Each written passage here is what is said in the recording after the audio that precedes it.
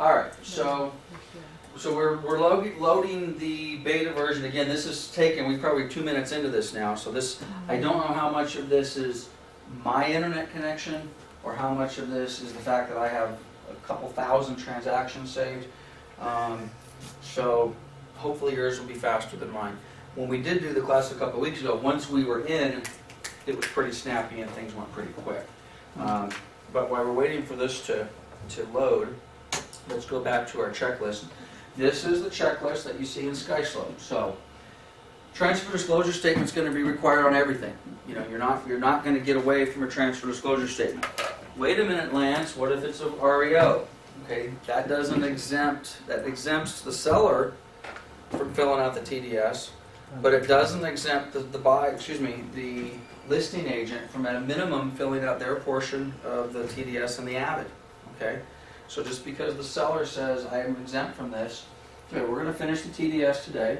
The SPQ, Seller's Property Questionnaire, we're going to go through that. That's pretty straightforward, standard stuff. One of the things that I don't like about the SPQ is the SPQ is so redundant. There's a lot of stuff on the TDS that's on the Seller's Property Questionnaire. Also a lot of stuff on the statewide buyers and sellers, just the same questions over and over and over. So as you're explaining that stuff to your clients, okay, I didn't give you any feedback, did I? Continue. Okay. But as you're explaining that stuff to your clients, it can be a little difficult. You got to be careful, I guess is what I'm trying to say, because if you're going to put all the disclosures in front of them at the time you're doing the listing agreement, and you just went through a TDS, and now say, oh, by the way, now we're going to do an SPQ, they're immediately going to say, well, gosh, I already answered that over there. I get it. Yes. You already answered it over there. We're going to answer it again. So just be prepared to go through that. Okay, so here I am in my Zip Forms Plus beta version. As you can tell, there's just a lot of transactions in here. That's, again, one. I think that's just why it takes so long to load. I believe, didn't I create one called training last time? Did I do that? I think so. Let's see. Help out one anyway. Let's see if it's going to let me search. Actually, it's not letting me do anything. I typed the word T and it said that was enough. You overworked it. I did. It's another thing I noticed. I don't know if you guys have had this experience, but my taskbar gets stuck, which creates a problem when I have this thing I need to open up. Can't use the taskbar. You can't. Man, my computer I think is not much longer for the living in.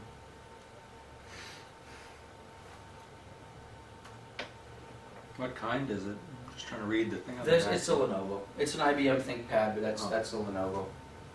Okay, it doesn't seem to want to pull up what I want, my training, so we're just going to grab one. We'll just grab this, actually, let's grab Back Bay.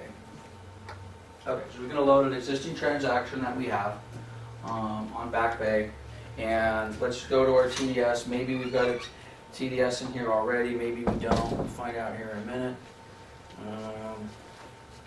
That's an REO, Yep. and No TDS? we haven't done TDS since Okay. we've had the REO advisory. Okay, well, we're going to create one. And then we'll just do This the is a other. real live transaction, so Janet's, so don't touch my transaction. No, go ahead, touch it. Good, because I'm going to touch it. Touch I it. don't care. Killing I'm it. going to touch it. I'm going to feel it. She says, kill it. Do whatever you We're going want. to do it. Okay, so what am I looking for? A real estate transfer disclosure statement? Uh-huh. No, TDS. TDS. I understand that. What's its real name? TDS. Transfer disclosure statement. How come I can't find it? RST. Oh, there we go. Real estate RS. transfer. Yeah, so Oh, there's, we're gonna teach so you how there to we spell are. real estate? Real estate transfer disclosure statement, better known as our TDS. So, and for those of you that are kind of new to this week's class, just remember that you can go watch the video for last week's class, and you can catch up with the agency if you did the TDS. So again, and by the way, I'm learning the new Zip Forms myself, so I think I'm just going to double click this. I'm going to open up our TDS. We're going to review page 1, which we covered last time. We're going to review page 2, which we covered last time, and then we're going to start pressing on. Okay, so here we are. Again, for review, we've got a TDS. I am going to pretend for the moment I am the listing agent. I am doing my job well, which means at the time I sign the listing agreement, I'm going to say, great, now let's go through the stack of 300 pages of disclosures, okay? We might as well start with the TDS, okay? So, we've got, some of this is filled out for Edgemont, so it's not all there or not. Actually, I thought we opened a different one, but at any rate. So we're in the city of Marina Valley, we're in the county of Riverside, which needs to be filled out. We've got our address here, we've got our date. This is the date of what? The date we're signing the TDS, okay?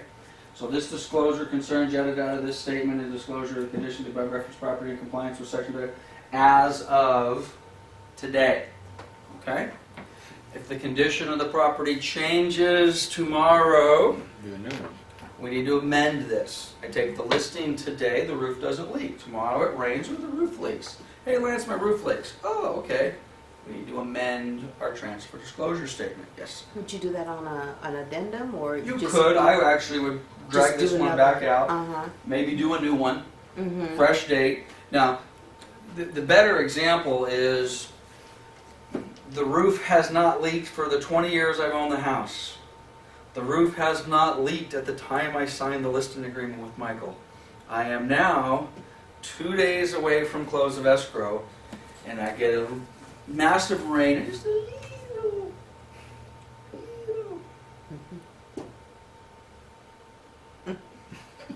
Right? Wrong. Okay. Yeah, the dreaded, Right. it happens before close of escrow. Well, if it's a dishwasher, that's kind of an easier one. Hey, the dishwasher broke. Darn it. Okay, we'll go fix it. Go put another one in. Spend $300, put a new dishwasher. I'll call the buyer today. The dishwasher broke last night. Oh, by the way, just wait, let the homeowner take care of it. What's that called? That's called insurance fraud. Mm-hmm. Okay? Telling the parties involved, don't worry, Mm-hmm. it's only a dishwasher. It's covered under the home warranty. Just wait a few days after close of escrow and call them. That is insurance fraud. And if you are involved in that, you are accessory to committing insurance fraud. Does that happen all the time? It happens all the time. We don't do that. Okay, let's go back to my roof example though.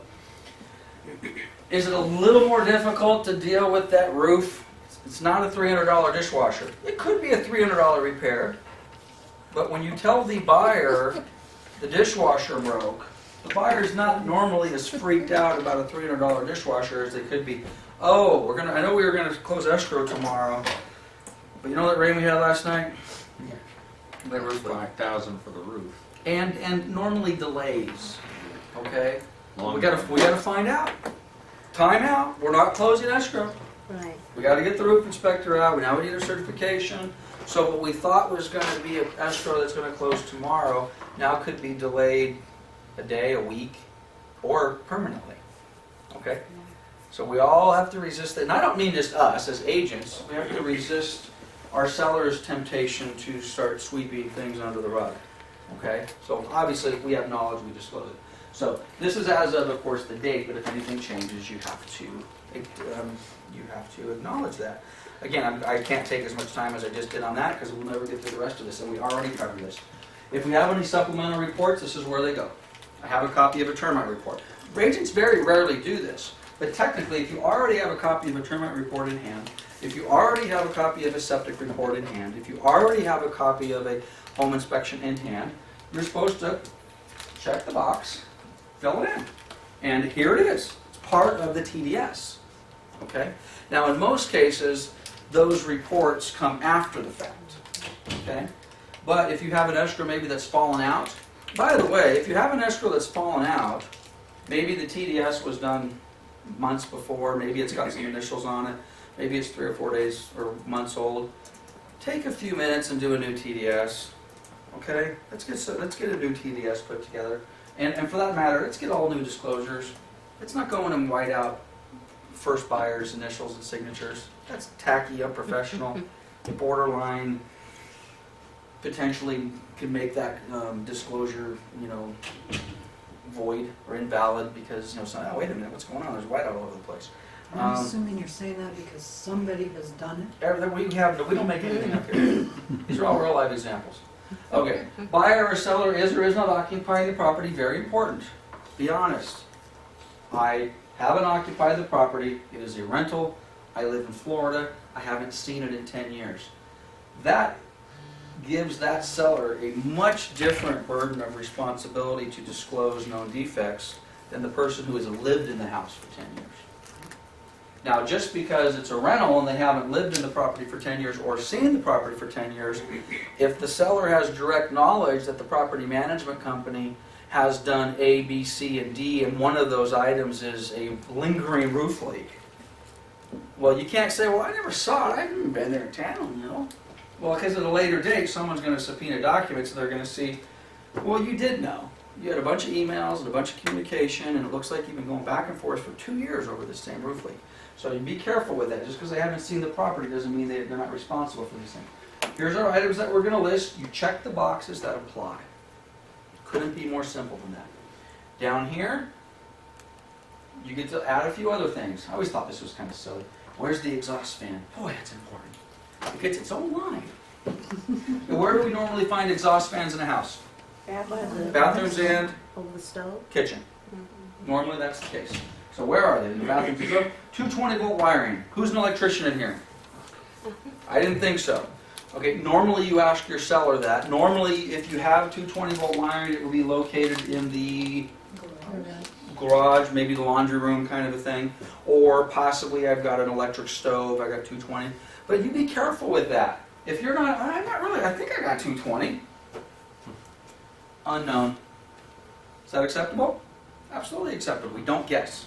You never. You don't want to say there's 220 volt wiring in the garage because it had a funky plug. You know, you see one of those plugs? Like, what the hell do you plug into that thing? Well, it must be 220.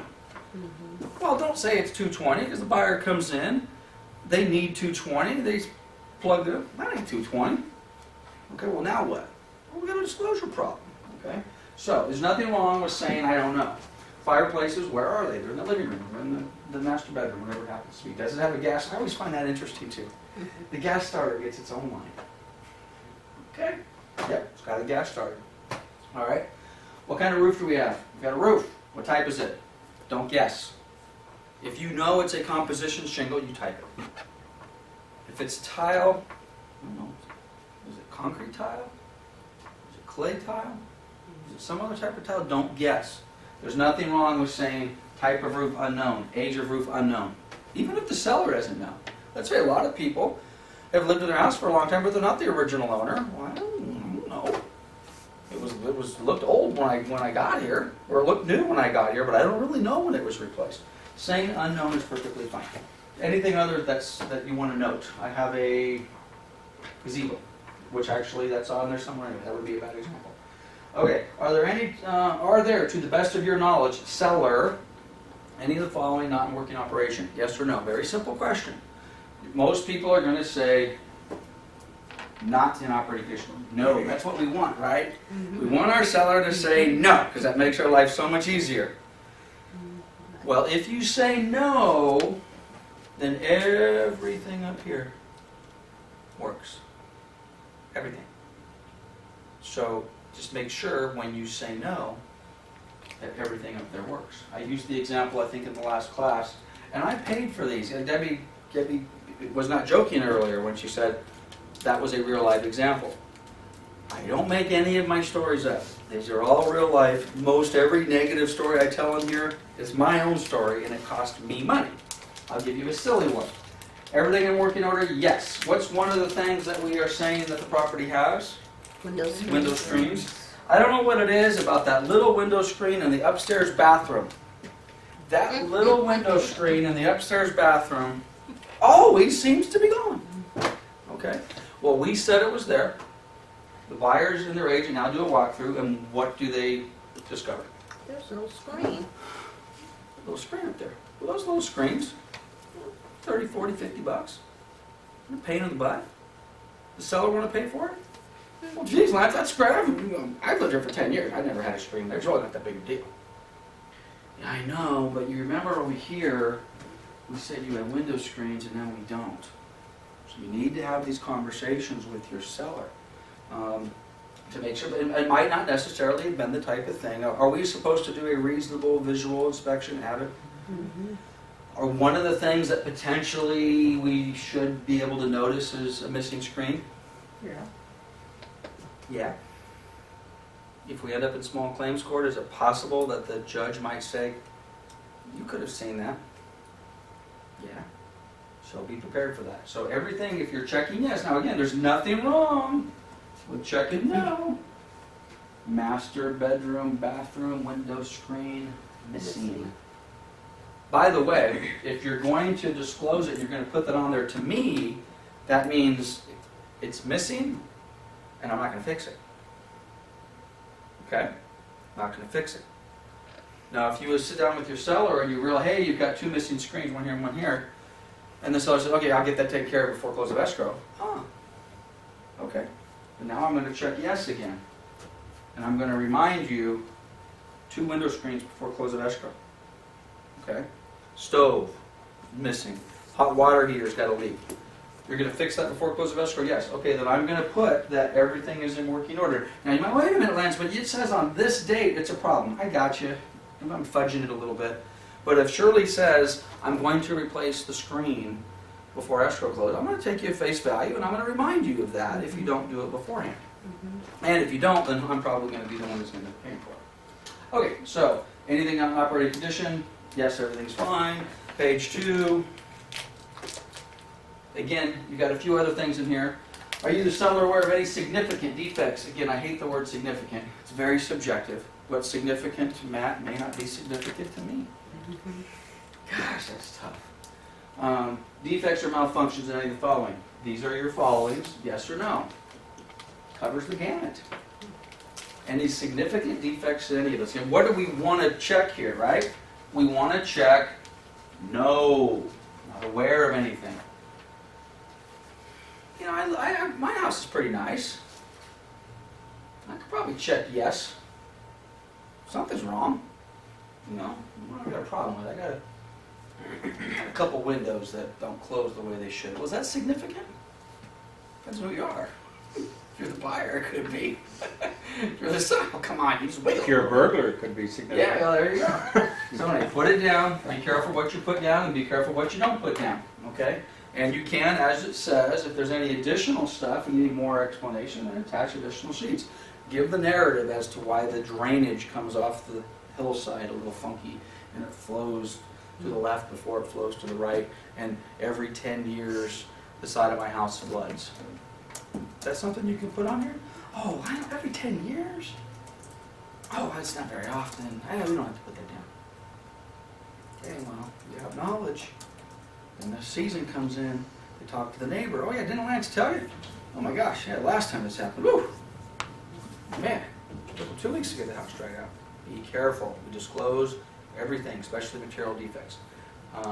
Okay, I'm not going to go through these individually. We went through these in the last class. Yes, no, yes, no, yes, no. Again, just be careful. And by the way, in a perfect world, who fills this form out? Who's checking these boxes?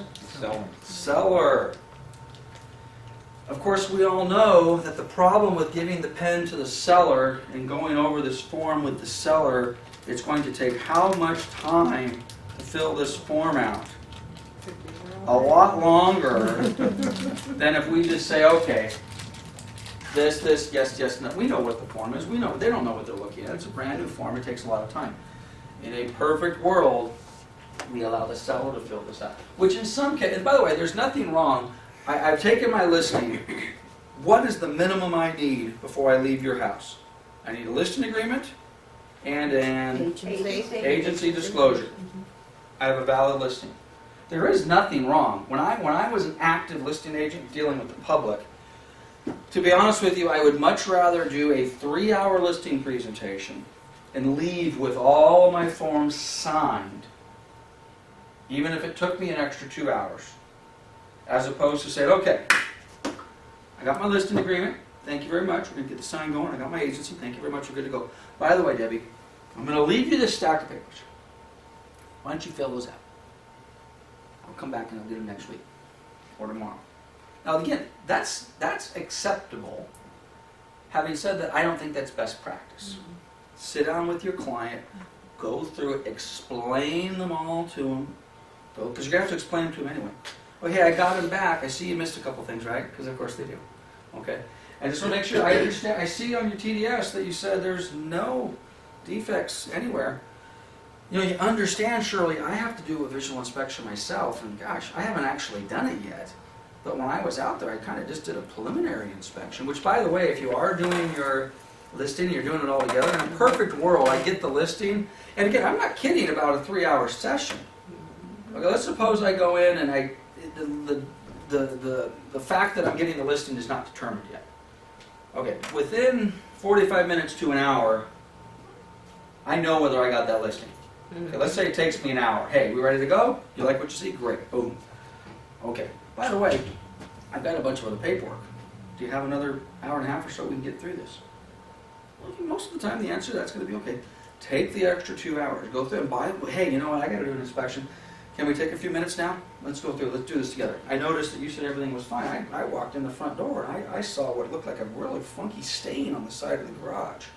Looked like something was funky going on with the roof and the way it came together. And, you know, put all that stuff down. But tell your seller if you're going to have to challenge him. One thing that I do want to, and we kind of joked about it at the last training class, but this one to me summarizes all of them. You're asking the seller, are there any neighborhood or noise problems? By the way, let's remember what the question. Are you, seller, aware of any of the following? Neighborhood, noise problems, or other nuisances? No. Okay. If they tell you, well, the reason I'm selling is those damn kids across the street. Okay. And then all of a sudden you have a no. What do you now have? Knowledge. You have absolute knowledge. And now, of course, when you call them on it, those damn kids are, oh, they're really not that bad. But I'm moving anyway. Right. But you know they are that bad. Okay? Has to be. Even if your seller then starts to retreat, and you're, oh, no, I didn't really mean that. I know I called them gang members when I talked to you last night, but today they're just a couple kids. Okay, well, if they refuse to modify that, we're going to put on our evidence. Seller indicated to me reason for move is, ooh, wait a minute. Now I violated my confidentiality with my seller. Have I? That's in my opinion, that is a material fact. We have the duty to disclose material facts. I had a buyer. Fortunately, we didn't have a disclosure issue here, but I had a buyer, honest to God, true story, bought a house on Mohican, over here off of Kitchen and Garcia-ish. Moved into the property on a Saturday. It was a vacant Fannie Mae REO, so I didn't have any neighborhood conditions that I was aware of. Fannie Mae never disclosed, or didn't have to disclose because they didn't know there was a problem. And we closed escrow. The people moved in on a Saturday. They come back to me, the buyer, who was not my buyer. The buyer was represented by somebody else. Comes into my office on Monday. I want to sign up for property management service.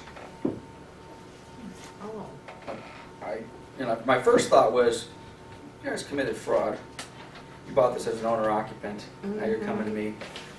That wasn't what happened. They moved into the property on Saturday. Wife was terrified. Neighborhood nuisance. Whole block, apparently. Okay? Big problems. Gang members over here, halfway house over here, drug dealer over there, whatever it happened to be. They never moved into the house. They were there for a day and left. Now, had I had knowledge of that, or had my seller had knowledge of that, and we didn't disclose it, and then they get there, and then the good neighbor next door comes over and says, oh my God, did they tell you? Tell me what? Well, these guys, we've been doing battle with them. Boy, Lance was the leader of the neighborhood watch, and they chased him out. I can't believe he didn't tell you all about it. Matter of fact, you're the new block captain for Neighborhood Watch. Here's Lance's book. Didn't he tell you? So anyway, material defects have to be disclosed no matter what, period. Okay? All right. Now, seller certifies that the property, as of close of escrow, will be in compliance with health and safety code, smoke detector, water heater, straps, yada, yada, yada. Okay? Seller certifies it as a close of escrow will be in compliance with health and safety codes, yada, yada, yada, yada. Seller signs and dates. So far, so good? Parking dogs, okay? And say 9, 10 o'clock at night? Is that, I disclose it. I disclose that. To keep you up at night, every single night? You'd roll over and turn to your wife, "Oh, goddamn dogs." Neighborhood nuisance, or, what was the other question? What was the other part? Noise. Isn't that what it said? Let's go back up. Yeah, I'm just making sure. Neighborhood nuisance, or, oops, oh, Noise neighborhood problems. noise problems. It's a 10 o'clock at night, 6 o'clock in the morning. Nuisance, noise problems. Gotta disclose Sound it. effects. Gotta disclose it. Okay, You talked so here's our about Avid. it. I used to do this all the time. I've been told, stop it, stop it, stop it. Check the box. Agent has noticed no significant defects with the property. Seller's disclosure appears fine. Agent recommends the buyer obtain an independent third-party inspector to satisfy themselves as to all conditions related to the subject property. That was my legalese get-out-of-jail-free card. Guess what? See our attorneys say, no. Don't write that. Don't do that. Do your Avid. Now again, is an Avid required? Mhm. We require it. It's not required by law. Transfer disclosure is required by law. The Avid has kind of just become the acceptable requirement because a lot of brokers are trying to cover themselves with E&O policies and due diligence and loss mitigation. So we feel if we do an Avid, we're that much more protected. So most offices, including ours, are saying, give us an Avid, okay? But it's not required by law. Okay, oh, it's required by law. It's not required by law. Your broker wants it. Don't fight other brokers over an Avid. Well, it's not required by law. Do the damn thing, okay? You're much better off doing it, believe me, than not doing it. And I've done plenty of transactions without them, and I shouldn't. Okay, so do the darn Avids. So we're going to check the box, see attached. Avid, signed by the agent, and then of course the other agent's going to do the same thing, right? And then the seller's going to acknowledge a receipt, and the buyer's going to acknowledge a receipt, and I'm going to sign it, and the other agent's going to sign it, right? All right, fair enough. Okay, so there is our transfer disclosure statement. Now, don't think we're done with the transfer disclosure statement because so many of these other forms are really just an offshoot of the transfer disclosure statement. So if we find something on another form that we have disclosed and we somehow have left that off the transfer disclosure statement, we got to go put that back on the TDS. We forgot about that. So let's go to our next one. Our SPQ, the lovely seller's property questionnaire, required. Let's pull that one up. And I do like the new format of this. It seems kind Supposed of to do it nice. on this side. What's that? Do it on this side. This side? If My it's- forms? if it exists. Oh, I don't know if it's on here or not. Doesn't look like it's on Okay. here. Yeah, because it's audio. Okay. Yeah. What can I Oh, do? it's an REO, yeah, Oh, okay. what did I Sorry, do? Look what you've done to me. sorry. Oh boy. How do I get this to go away? Oh, there we go. There we go. Thanks, Michael. Sorry, Lance. Good eye, Michael. Okay, seller's property questionnaire. And Lance, Yes. Oh, by the way, please engage. I do the SSD on REOs because that's the only place Yep. where we can identify HOA. Okay. So is it, anyway. No, is it- that's fine. We're gonna talk about that. Where is the seller's property questionnaire? Is it called something else? SPQ. SPQ. Yeah, but isn't it called the seller's property questionnaire? Seller property questionnaire. There it is, right down the bottom. There it is. Ah, There there it we go. is. Seller's property questionnaire. Right where it should be, alphabetically sorted. We'll teach you that. Okay. Double click. Okay. That's kind of weird. I guess it just pulled up and took me to the. Okay, so here we are. Here we are with our SPQ. Let's make sure we got everything here we need. Looks like we do. Okay. All right. So let's pull this up. And again, I'm not going to read this form to you guys. I think I get the general purpose. We're going to go through this. But again, Think TDS. Think transfer disclosure statement when you're filling these out. But having said that, this form is not a substitute for the real estate transfer disclosure statement. It is used by the seller to provide additional information when the TDS is completed or when no TDS is required, REO. Okay? Which, by the way, do the banks fill these out? Can you, as an agent, fill out a SP, you're not the seller, could you fill this out if you felt it was material and just put on here Lance's disclosure? You could. I don't know if this is the best place to put it, but not necessarily know that I would recommend it. This is obviously designed for the seller. Okay, seller makes the following disclosures with regard to real property or manufactured home described as address, da, da, da, da, da. The following representations made by the seller. So forget about what I just said. You would have to modify this form so much because this has said seller, seller, seller, seller. So we're never going to use this form. Unless otherwise specified in a writing, broker and real estate licensee or other persons working through the broker has not verified information provided by the seller, because whose report is this? This is the seller's, and who is making these disclosures? Seller. The seller is making their disclosures. Okay. A real estate broker is qualified to advise on real estate transactions. If a seller or buyer desire legal advice, they should consult an attorney. I mentioned many classes, I'm a general contractor. Oops. Anybody in here a roofer? Let's pretend you were. I'm a roofer by day, real estate professional. Okay? You walk up to your listing, you look at the roof, you have knowledge. Now the roof doesn't leak, the seller discloses the roof doesn't leak, you're a roofer.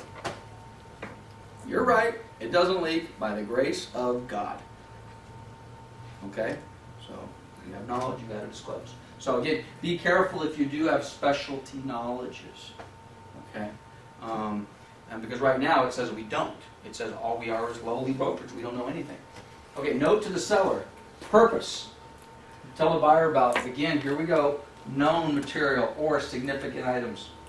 Purpose of this is to disclose known material, significant items affecting value or desirability of the subject property. In my mind, we talked about this in a prior class, how do you define, forget about the legal definition of material, defect, or significant item.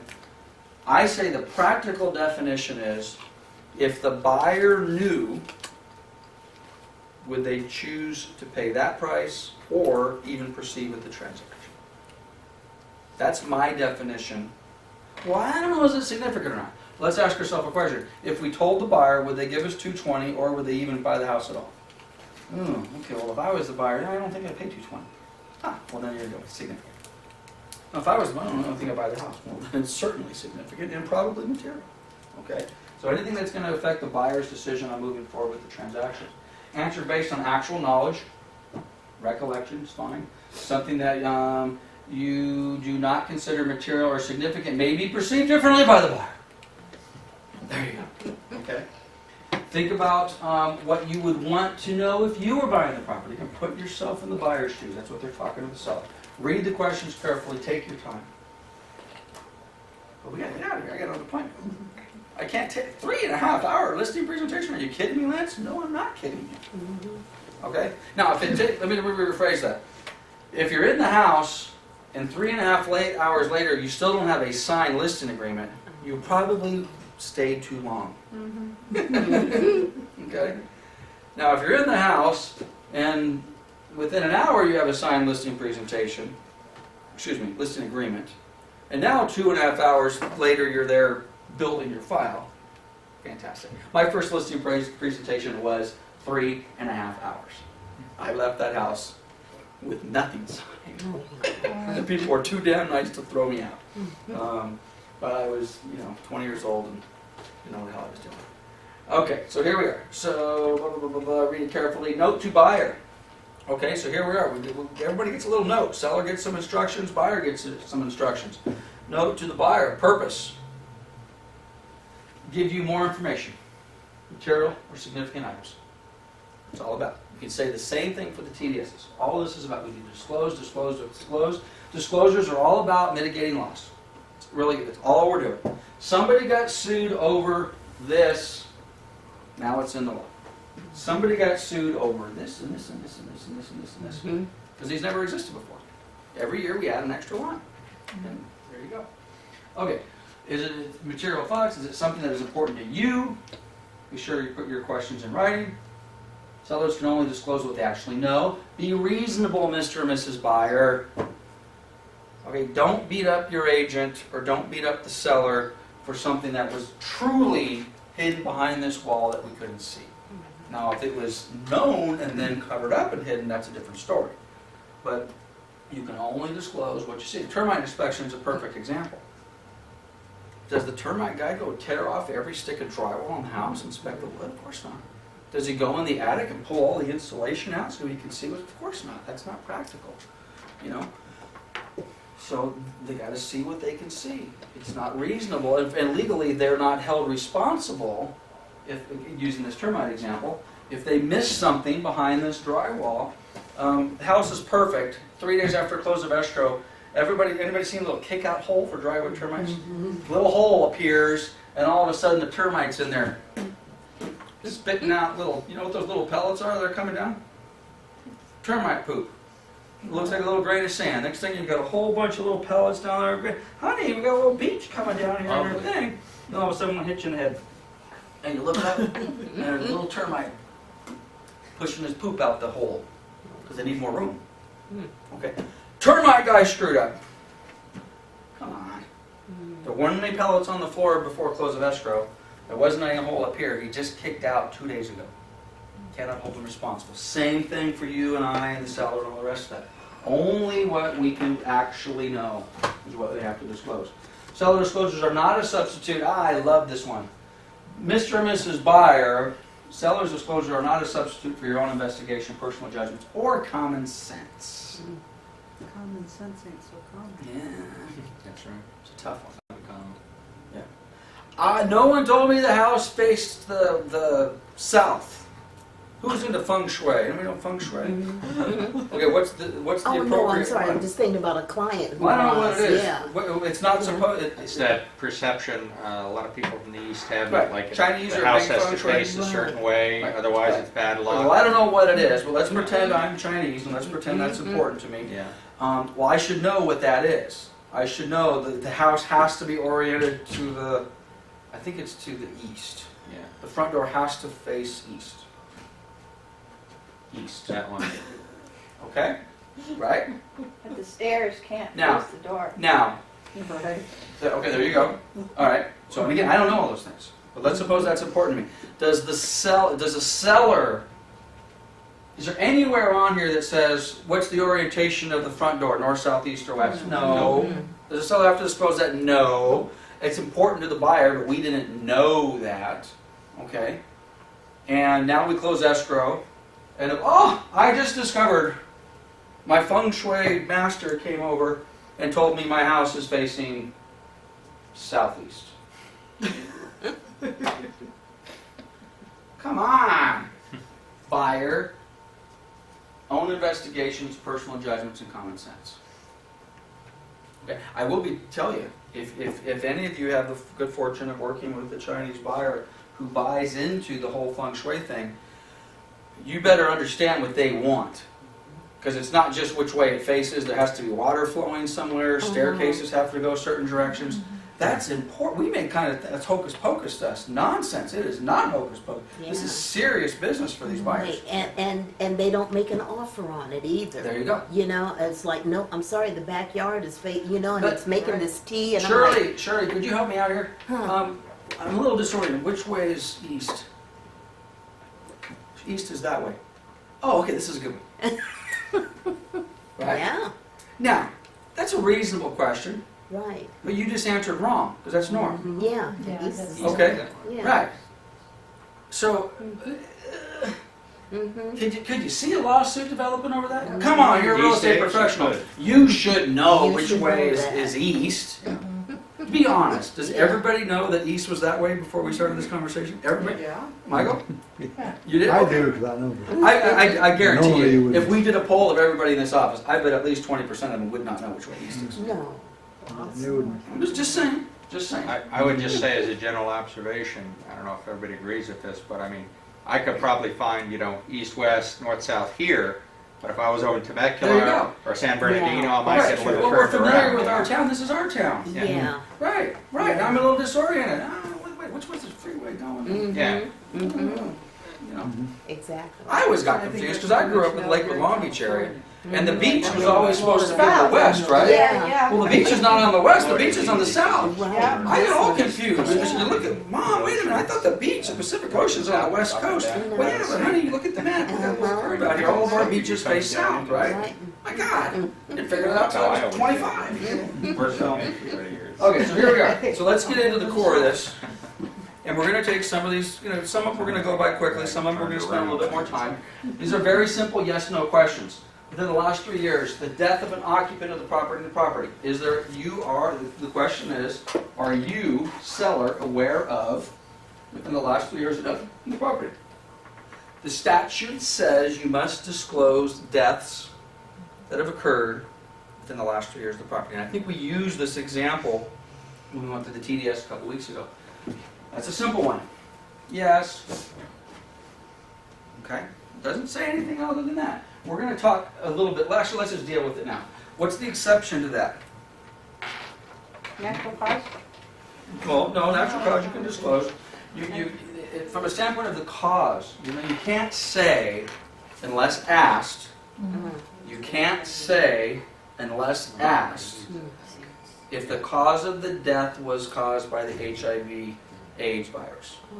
So you can't say, you're actually breaking one of the anti-discriminatory codes.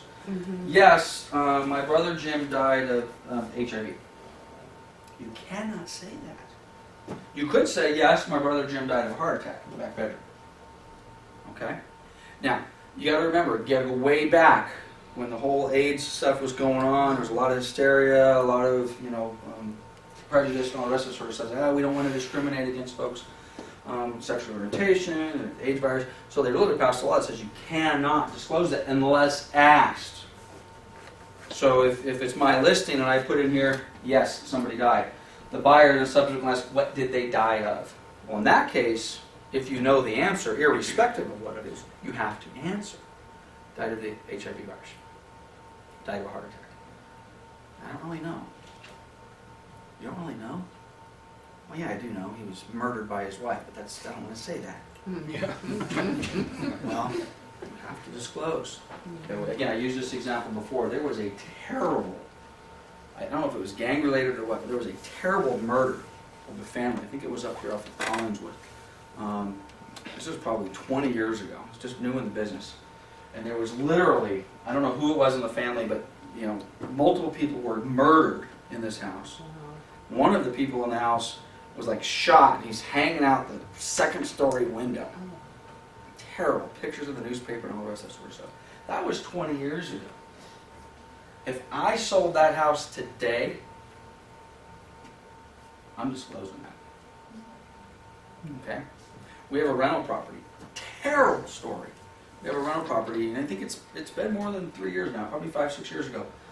One of the children of the tenant hung himself in the backyard from a tree. I'm disclosing that. Well, you don't have to disclose it. It was over 3 years ago. I'm telling you, I know about it. I'm disclosing it because in my mind, it's material. And I always use I've used this example a dozen times already.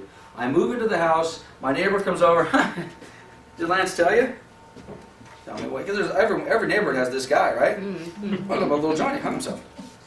Or, God, 20 years ago, the murder. Guy had Jim hanging out the window. What? I think that's significant. I think that's material. Let's get away from the funky ones. Okay? Grandma died of natural causes 7 years ago. You don't have to disclose that. Okay? All right, so there you go. An order from the government health official identifying the property as being contaminated by meth. Has it ever been a meth lab? No. People want to know that.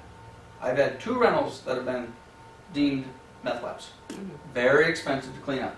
So, had to do it. Or Release- another thing they're having now is those ones that people use as grow houses. Okay. That's very common now. There you go. Yeah. Gotta disclose it. Has anybody released any illegal controlled substances on or beneath the property?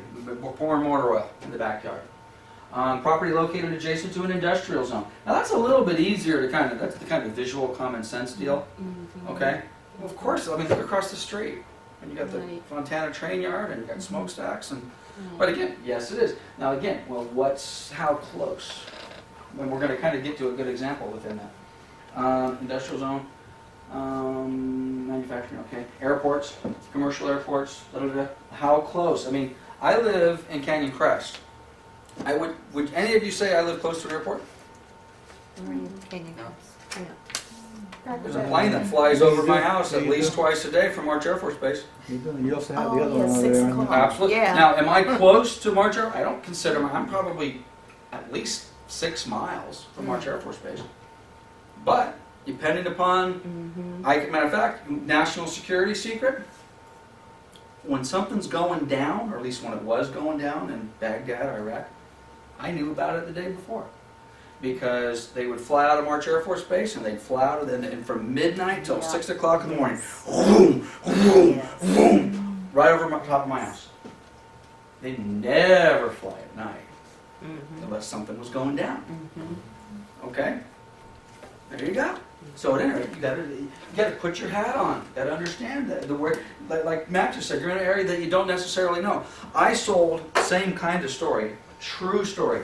I sold my buddy, my childhood friend, we grew up in the same block, a house in Burbank. Do I know Burbank?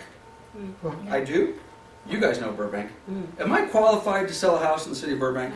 My license says I am. So I went and sold him a house in Burbank. At the time, which is kind of funny, I have no idea what it's worth now, but it was, you guys are going to fall out of your chair, it was at $240,000. It was Burbank. Okay. It probably shot up to $1 million and then back down. But anyway, this was probably 15 years ago. I saw my house in Burbank. I did all sorts of things. I was a great agent and I was a great friend. I did everything right. I did a bunch of things I shouldn't have done. I used to be a termite inspector. This is my buddy. Skip. This house is 60 years old, bud. Let me put my coveralls on, crawl underneath that house for you. I'm going to check you. I'm doing that as a friend, but I'm also his licensed agent. Should I be underneath his house, crawling around with a flashlight poking on wood? Because we didn't trust? Of course not. Shouldn't be doing that. Ridiculous. So anyway, we closed escrow on this house. He's happy, I'm happy, everybody's happy. What do you do when you move into your new house? You have a housewarming party. What do you invite? You invite your best buddy and your realtor. We're over at his house a week after we closed escrow. We're in his backyard. Got myself a Miller Genuine Draft, hot dog. I hear this noise. I look up and I see a plane. I see landing gear. I can read the, stuff. I see people looking down at me making, and I'm not kidding you, this plane is directly over his house.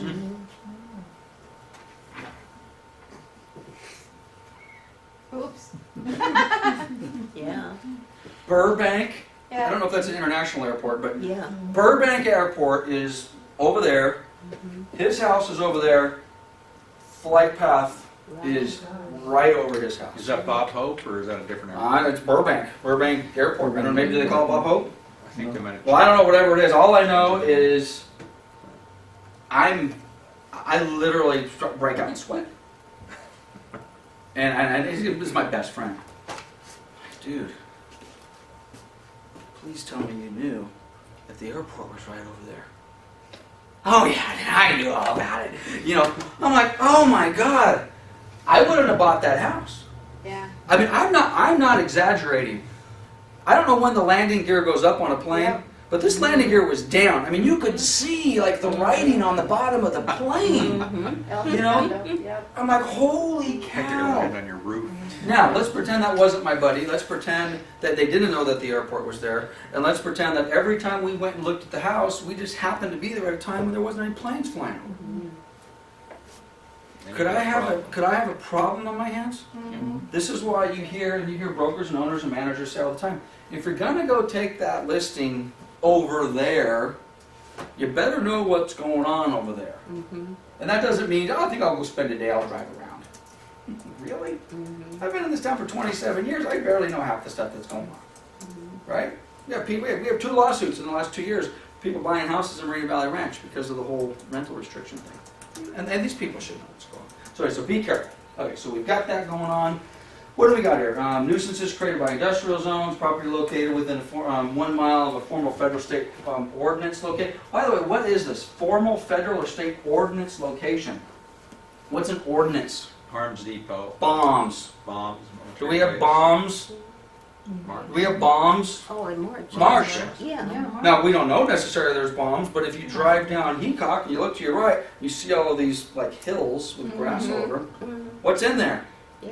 I don't know, but I think there might be bombs in there. Well, you gotta disclose that. Okay? You've got to disclose that, and you need to know whether or not you're selling a house in an area where there's a bomb. I mean, you better have your act together. Okay, so we've got that. Property is a condominium. Is it a condominium or PUD? You better know. Insurance claim affecting the property in 5 years. Is that important? That's in the contract, by the way. Especially water damage claims. You've got to disclose. Matters affecting title. I just filed bankruptcy. Huh? My sister put a lien. Huh? Well, the guy who did the patio put a Liz Pendants or a mechanics lien. Huh? Okay, well that all affects title. Alright, you gotta do that. Huh? You like that? Huh? Material facts and defects not otherwise disclosed. Now here's the catch-all. We missed a question. Material facts and defects affecting the property not otherwise disclosed. You know, something funny. Can you bury a horse on your house, on your property? No. No. Maybe a Go rabbit. talk to Mike Boab. Huh? Huh? He sells a house. Everything's fine. It was horse property. He sells a house. The guy comes out later. I got my tractor. I'm gonna move some stuff around. Oh, wow. You know what the heck's that? Pulls up old Mr. Ed comes out. You know, you can't do that. Your horse died. I don't even think you're supposed to bury your dog, to be honest with you. But I don't think so. if your horse dies, you are not supposed to dig a hole and bury him on a residential Gotta lot. call the people. You've got to call the people. Yeah. Call the dead horse people. Yeah. Okay, so we're putting all that stuff on there. So we got that covered. Disclose. Material. Repairs or alterations. Let's a little quicker. Alterations, now again, are we starting to sound familiar? Mhm. This is on the TDS. Alterations, modifications, remodeling, replacement materials on the property, including those resulting from home warranty claims. Have you done anything? A lot of times that should be a yes. Of course we have.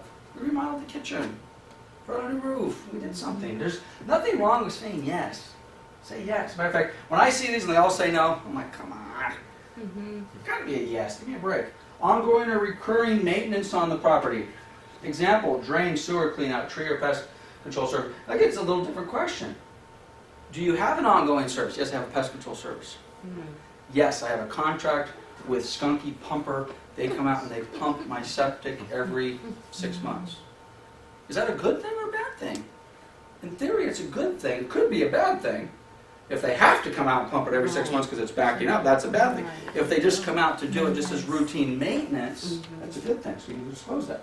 Any part of the property been painted in the last 12 months? That's an interesting question. Have you painted the house? Did you paint over lead-based paint? Or did you paint over lead-based paint? Is the property pre-1978? Any renovations? Why are they asking pre-1978? That's a law change. That's when the lead-based paint was banned. No more lead-based paint after that. What if your house was built, I mean, is it entirely possible that a house that was built in 1992 has lead-based paint on it somewhere? Sure it is. They went over, they grabbed a bucket out of Grandpa's garage. Oh, this looks pretty good. That mixed up all right. That was good. By the way, was the lead-based paint a good paint? Mhm. It was a great paint. Okay? But it had lead in it, which is fine, just don't eat it, right? That was the thing, don't eat the paint. Or if We're you're... all okay, right? Yeah, right, we made Just it. don't eat it. Okay, so we're going to put that in there. And again, any other Better than explanations? Spaghetti, okay. Structural systems, what have we got here? Are you aware of defects? Again, does it sound familiar? Heating, air, plumbing, we had the same questions on the TDS. So again, you better make sure your questions jive. But there's a whole slew of things here. Roof, well, septic. Debbie just sold a property that had a well and a septic. And there was kind of issues. Normally when you have a well or a septic or both, prepare yourself. You need to get certifications. Does the well work? Is the water potable? Does the septic leach line system work? Prepare yourself for that. Ask those questions. Especially the older the properties, and frankly the older the properties are the ones that have them. You don't have a lot of brand new properties that have wells anymore unless you're rural type stuff. The leasing of any of the following on or serving the property. Do you own the solar system on the roof or are you leasing it? That might be important to know. Do you own the water softener system or are you leasing it? Whose alarms are there? I see you have an ADT system. Do I own that motion detector up there? Or are they going to come take it if I don't pay? Is that important? Could be. Could be. So you got to know what you've got.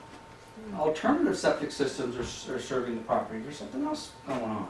Disaster relief insurance. This is an interesting one. I don't think we've ever had this in any area that I'm aware of. But God forbid it ever happens. But is there any financial relief or assistance or insurance settlement that has anything to do with the property? God forbid at some point we have a natural disaster over here. FEMA comes in or somebody says, yeah, you qualify for X. And you've now been paid off for X. Buyer might want to know that. I didn't know that this area, well, whose house was, I think Janet's house got like wiped out, not wiped out, but got affected by a tornado or somebody in this office. Thank you. Janet, did your house get beat up a little bit by a tornado a few years ago? Yeah. That was you. Can you imagine Well, that? there you go. There you go. Can you imagine that? Our house was fine, but they took the barbecue and slammed it across the way and then Okay. picked up the barbecue and threw it. Well, and there was a couple other houses, I don't know if it was the same storm or related, that actually had a good chunk of their roof taken off. You don't think about that. You don't read about it. Yeah, happened to our house. 25 years ago. There you go. Usually it was like, There you go. We're not in Kansas. Not in Kansas anymore, Toto. Okay, so we disclosed that. Here's one of my favorites, water-related issues. Water intrusion. Any part of the physical structure of the property leaks, or any appliance, pipe, slab, roof, standing water, drainage, flooding, underground water, moisture, water-related soil settings, blah, blah, blah, blah. Okay, so you got any water intrusion? Anything coming on from the roof, from the outside, from a leak, from a slab, from a toilet, from a valve, from a shower? You want to know that. You have to disclose it. Here's the good one. Any problem with infestation of mold, mildew, fungus, spores? Past or present? Past or present? I fixed it. Tell us more. I think mold, let me rephrase that. By the way, is mold covered in the TDS? One word. It's included in its lead-based paint, asbestos, radon gas, mold, on and on and on. It doesn't go, but I'll just give you an example from 2 days ago. Okay? Probably should turn off the tape, but what the heck. Office in Redlands. Our office. We have an employee. You know those little plastic mats that your chair sits on? What happens to those plastic mats after you sit on them for a year or so? They get cracks in them. What happens if you spill a cup of coffee on that mat?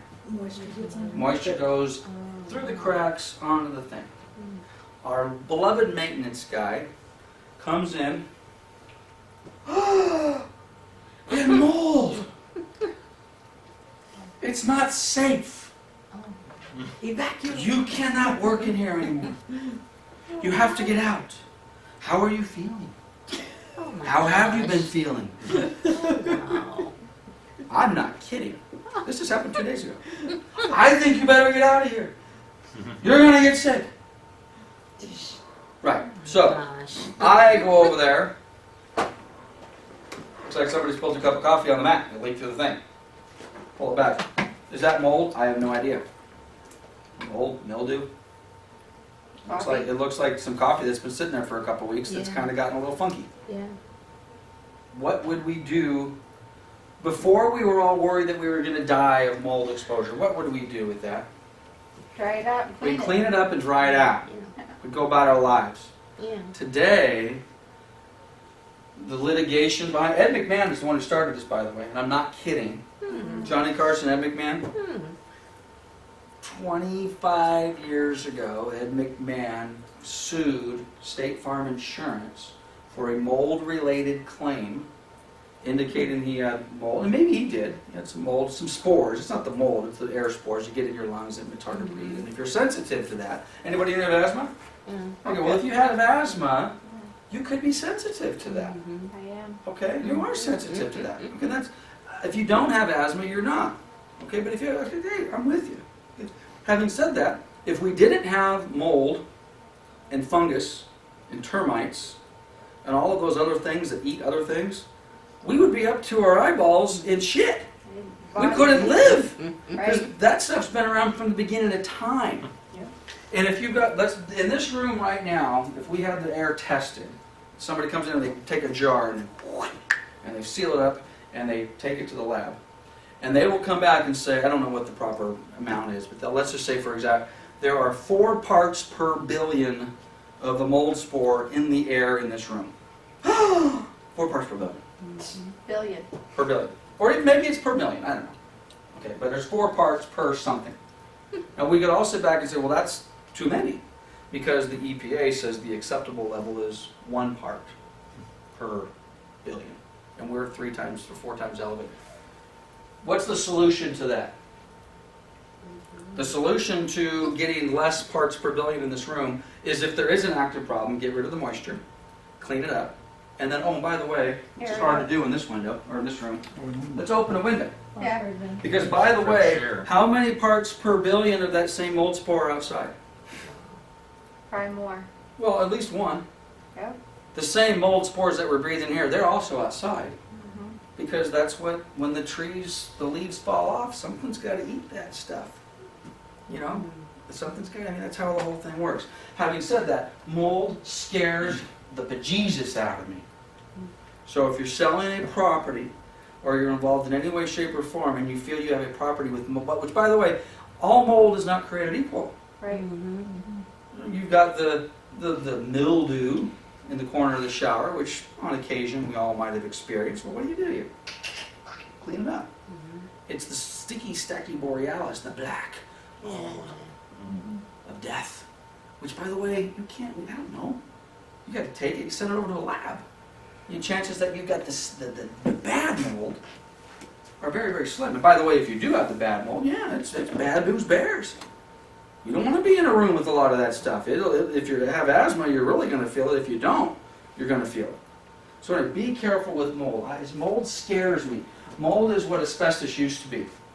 For those of you that have been doing this for a long time, when I first got into the business, lead-based paint and asbestos. Ooh. Now, frankly, we don't really, we don't want to hear too much about that. Mold scares the heck out of me. Yeah, sure. Section 8 inspection, I see discoloration. Yeah, on the discoloration. wall. Yeah, yeah. Discoloration. Did you catch that? By the way, let's let some of my friends at Fannie Mae and Freddie Mac are as well. Federally regulated, federally chartered, frankly now owned by us. On their foreclosures, you're not allowed to use. And by the way, it sounds like I'm kind of bagging on them a little bit. I'm not. If I, as a broker, say I opened up the cupboard behind the sink and I found mold, they call me up. They slap my hand and say, don't you ever send us an email that says the M word in it again. Yeah. Now, for a couple, number one, they're trying to do loss mitigation. You saw discoloration under the sink. Now, some of us might say, wait a minute, we're not disclosing. That sounds like we're trying to conceal. Well, you know, maybe they are. Okay? But this is the real point. We are not qualified to call that mold. Right. Okay? I don't know what it is. It's discoloration. I mean, what we saw on the carpet the other day was not mold. It was funky carpet or funky coffee. Okay, coffee. Now, I guess we could have had it tested. They would have said, yeah, there's some mold spores, number 1, 2, 3, 4, 5, or whatever happened to be. Okay, fine. You clean it up, you go about your lives. Okay, be careful with mold. Mold scares me. It scares me. So if you want to get into a situation like that, and again, to be cautious, use Shirley's description. I have a discoloration issue, I don't know what it is, let's hire a I professional. suggest. Which, by the way, yeah. who the heck do you hire to go check it out? It's a tough one. Mm. How many licensed mold companies are there out there? Zero. Ah, good answer. If we search the internet, shall we? I love Find mold. a ton of them that claim. Mold, Anything in the news about that now? Inspector. Going right mold, how about mold inspection? There you go. Okay, we got It's a three. highly trained, Certified. certified. Here we go. Trusted, certified, inspections. How much the mold inspections cost? Let's go with the topic. We're gonna cost these people $1. So we clicked on their link. Mold inspections, testing by certified Los Angeles mold inspectors. What does that mean? What is certified? Who regulates our real estate license? DRB? California Department of Real Estate, which actually is now the California Bureau of Real Estate. Government They agency. did change. We have standards, we have practices, if we don't do it right, you have a government agency to go after us. If you hire a contractor to replace your roof and the roof goes bad, who do you go to? You go State to the Division state of contractor Contractors. licensing board, who regulates that roofing contractor, which is why you use a licensed contractor, not somebody else, and then there's some sanction. If our termite inspector makes a mistake, we go to the Structural Pest Control Board, state of California, they govern them. If this mold inspector does something wrong, who do we go to? Oh, well, it looks like we go to the certified Los Angeles mold inspectors. Who the heck is that? No such animal. Nobody. You want to get certified as a mold inspector? How about this? I'm gonna be a mold inspector. To be a mold, I bet it comes up. Oh, I'm shocked. Be certified. Inhale I in want, my house. well, I'm gonna do it anyway. Inspector. I want to be a mold inspector. Certified mold testing, Testing. local mold inspections. Any one of these guys are gonna. Professional inspection training. Ah, where's that? Ah, Down down at the bottom. Training FAQs.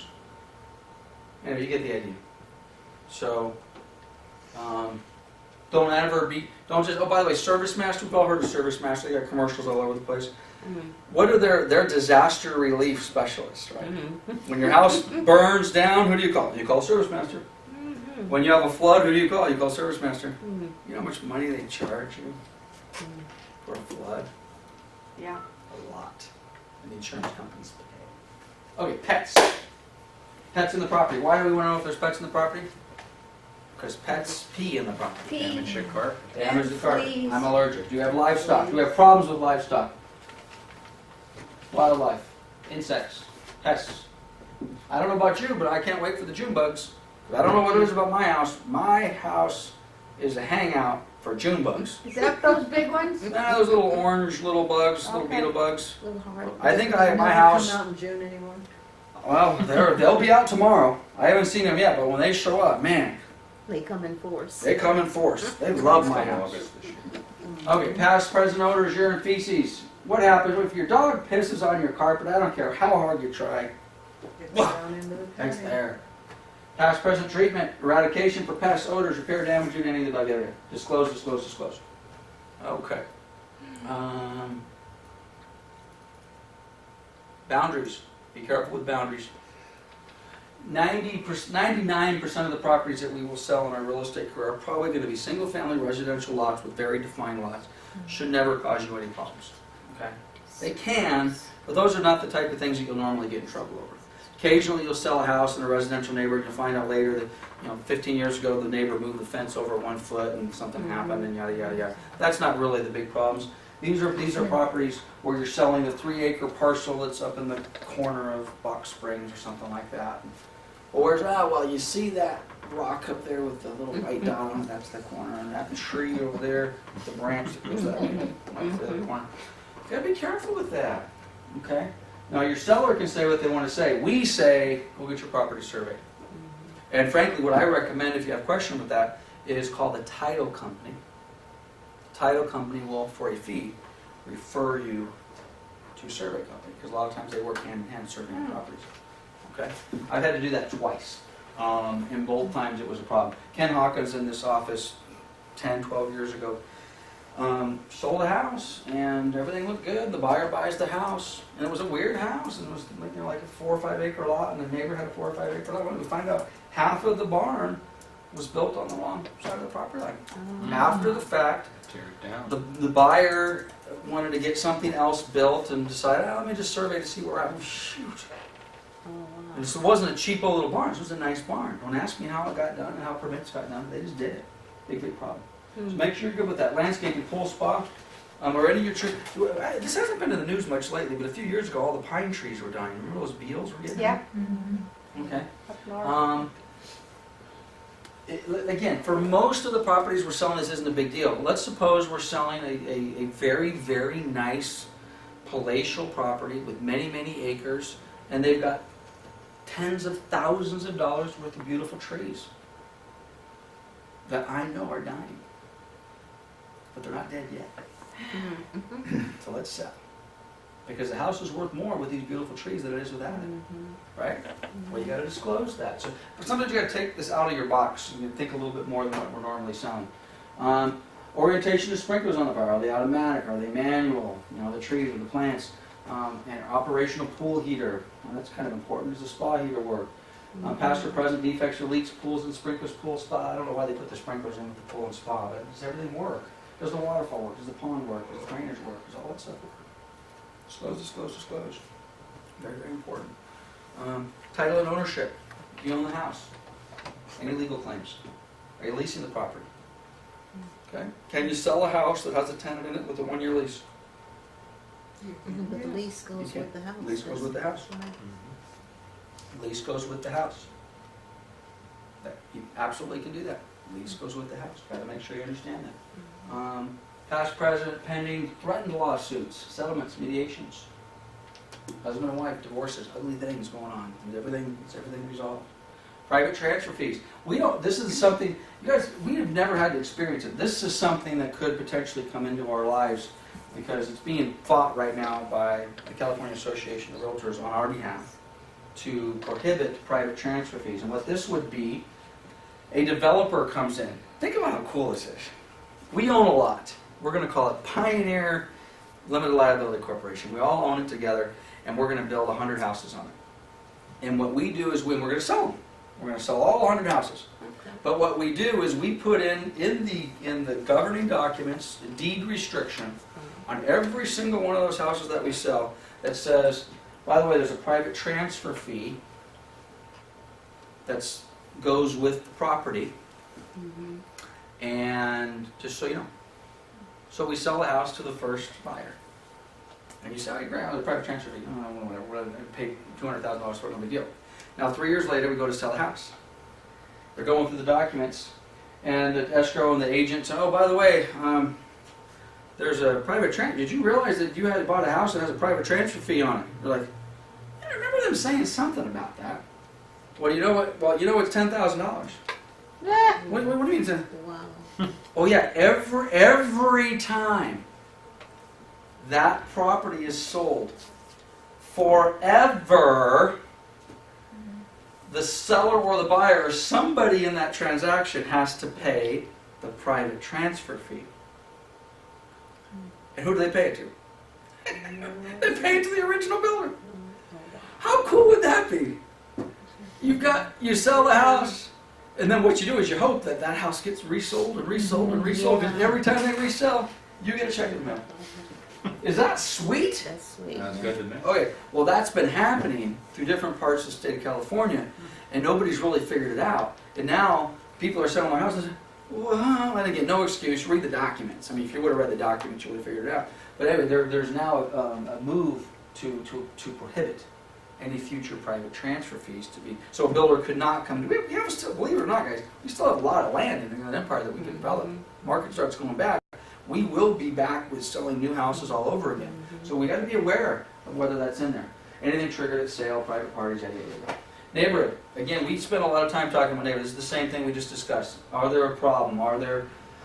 this is a good one. My buddy puts on the Coachella Valley Music Festival and the Stagecoach Music Festival down right on the border of La Quinta and India. You may have heard about it or familiar with it. This is a big event. This event goes on for 3 weekends in a row, and it's not Saturday, Sunday. It's a Thursday, Friday, Saturday, Sunday, followed by a Thursday, Friday, Saturday, Sunday, followed by a Thursday, Friday, Saturday, Sunday. It takes them about 3 weeks to set up. So 3 weeks before that, you've got equipment in there, and then it takes them about 2 weeks to break down. So for basically 2 months out of the year, from about the middle of March through the middle of May, if you live by the Empire Polo Field, you're going to have heavy equipment. And for at least 12 days during that month, you better like rock and roll and country, baby. Because you're going to be hearing rock and roll and country, and you better like traffic. And you better be okay with, hey honey, I gotta go get a quart of milk. Today, I'll be back in an hour.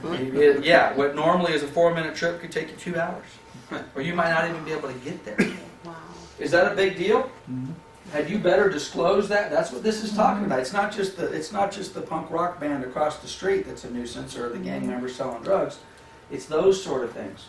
So all of that stuff needs to be disclosed. So important. Governmental stuff.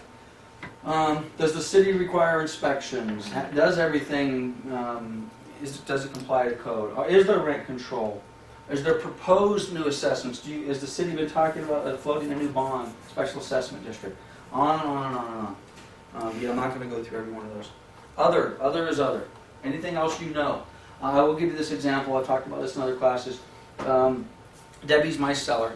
I convinced Debbie, hey, we got to get a termite report. We're going to offer a termite. She says, okay, fine. We get a termite report by a company that I recommended. Oh God, I recommended. Had good use with them. Here's 3 companies to pick one, but I like ABC Company. She picks ABC Company. She gets the report. It says fumigate. $1,500. Ah. Give me a second opinion. Okay, XYZ company comes back and says, oh, well, yeah, you got to fumigate, and our price for fumigation is $1,600. Oh, and by the way, we found some other stuff that the first guy didn't find. They also have subterranean termites, and that's going to be $600. So, report 2, which of course we were trying to get a better deal, is over $2,000. Report 1 is $1,500. Who gets? Is that a material known fact? Mhm. Who gets copies of those reports? Both. All the buyers. Need both of them. So your seller cannot make the decision, okay, well thanks for getting me 2 estimates, Lance, but we'll just go with this one. Because this one is $1,500 and it's only a fumigation. The other one found something else. This is, no. So they could go ahead and fumigate and then still just give the buyer that other inspection that said, we recommend. Gotta give them both. That's gotta give 'em both. okay. Yeah, you have a known material.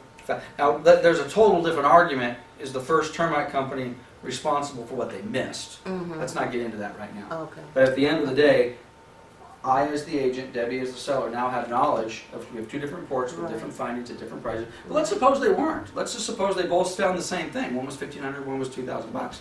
You still got to give both reports to the buyer. Now, of course, Debbie wants to use ABC Company for $1,500, and the buyer wants to use Orkin, and they're $3,000 because Orkin's got the name. Right. Orkin's got the brand name. We'll use them. So you got to disclose. You got to give them all. Okay, we got additional comments, seller signs, and a report. Okay, so there is our SPQ. Let's go back to our checklist. Natural hazard disclosure. Okay, I will pull up the natural hazard disclosure form in WinForms, or I keep calling it WinForms. I'm going to call that forever. However, we never use this. Never. Did I say never? We never use this. This is the form that is provided to us by who? The natural hazard disclosure companies. We pay the $50, we pay the $100, whatever we pay, correct? Normally the seller pays, and the form itself has all of these questions answered, right? We never use this form. The seller does not. I want to save $50, So I'm gonna, no, I don't think it's an emergency, no, we don't do that. We never use this form. So when you see on our mandatory forms list, a natural hazard disclosure report, which basically the one thing we need to get signed is that one pager. Isn't it a fire zone, a high fire zone, an earthquake zone? All the risks. The risk, exactly. That is the report that is provided for by the company. Checks, boxes are already checked, we just sign. That defers and deflects the responsibility for the correct answers over to the company, and they have the reports, they know. I don't think those have ever been challenged. So, just so you know, if you're new and you see this on the checklist, here it is, the Natural Hazard Disclosure Report. And if you go to CAR, I really wish CAR would just take this out. I don't know why, where did it go? Here it is. This form should not be in there, because there's agents out there that there's agents in this office that have used this. They filled it out. I don't know where they got the answers. Even if you have the report and you do the same thing that's on the report and you have them sign this, don't do that. Don't do that at all. So, no, just for training purposes, what this is it's exactly what the title says. We are disclosing known natural hazards, and basically what we need to disclose are special flood hazard area. That is a legal description. That just isn't something that we just came up with. Type, zone A or B. Okay? An area of potential flooding. Okay, that is a legal word. Okay? Yes or no. Okay? A very high fire hazard severity zone. That is a legal, as defined pursuant to section yada yada yada of government code. These are legal issues, which, by the way, and this is just me off the top of my head, an area of potential flooding. Is the city of Paris in an area of potential flooding? Have you been to Lake Paris lately? Yeah. The lake is down by a third because they're worried that the dam was going to fail. Flood out of Lake Paris. Have you been to East Moreno Valley at any time when we've had some of those funky rains and storms?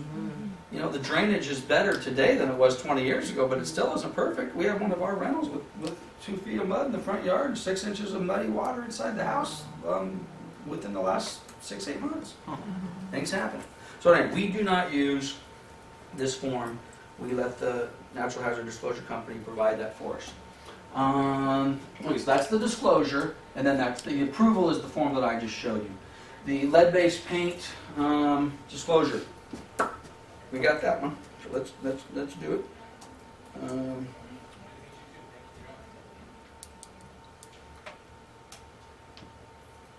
What is that? The federal? What's it say? Federal? What's that form called? Right there, right there. One down. Where is it? It's highlighted. Highlighted. Good, Oh, lead-based paint. Oh, I wasn't looking at the highlight. Thank you, sir. Okay. Again, a form known and loved by all. By the way, I know there's different trains of thought about whether we need to use this on properties built after '78. Use it on everything. I don't care if the house was built 2010. Use it on everything. Just makes me sleep better. Doesn't hurt anything. Double click. And it's thinking about it. Come on, baby.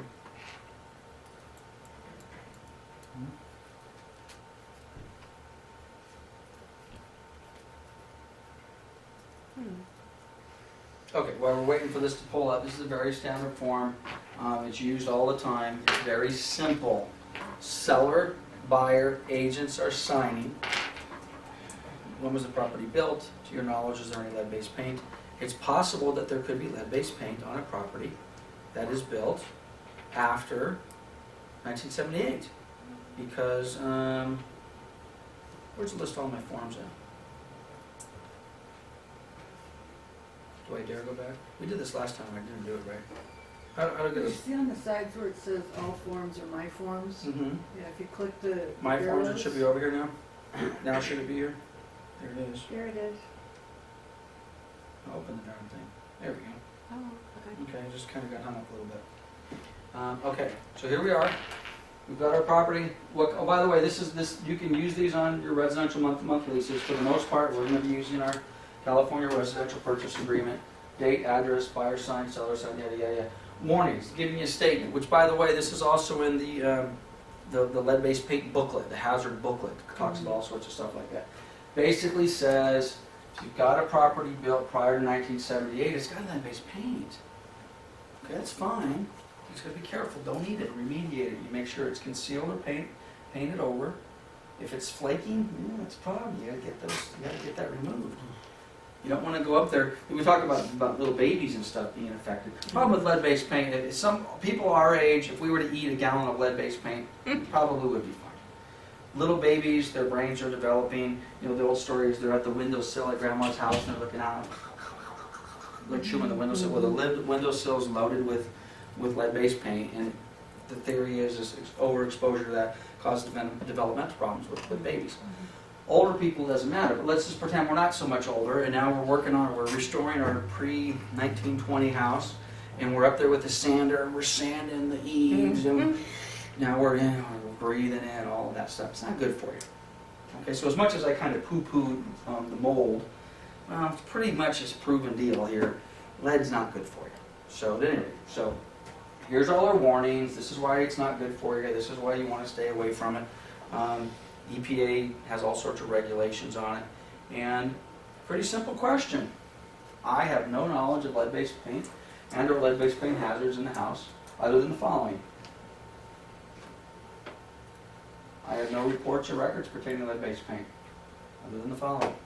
If you have the information, you disclose it. Very, very simple. Seller signs, basically certifying that they either have knowledge or they don't. You sign. Now again, the listing agent has informed seller or landlord of the seller or landlord's obligations and is aware of the agent's responsibility to ensure compliance. I reviewed the information, certified to the best of my knowledge the information is correct. We provided their information. We believe they've answered honestly. Okay. We provided them the information. The house was built in the 50s. It looks like the paint's original. Seller's lying. Well, it was all repainted. All of it was remediated. It's no good. We got to put that on our Avid. Now, we don't know for a fact. We believe that this property may contain hazardous lead-based paint. Recommend further inspection. Check it out. So we're going to sign here. The buyer signs here. Now, all the buyer is doing is they're just acknowledging that they've received copies of information. Okay? That's all they're doing. Now, they do also say buyer waives the right to conduct a risk assessment or inspection. That needs to be checked.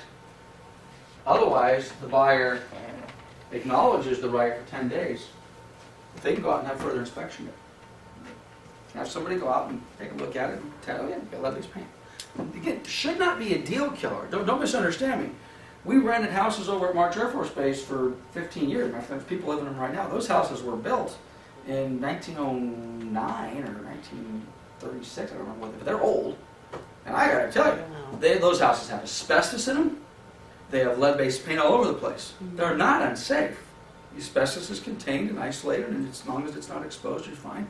The lead-based paint is not chipping and peeling and all the rest of that sort of stuff. But exterior, if you got up there with a chisel and you started chipping away the paint on the eave and you ate it, you're eating lead-based paint.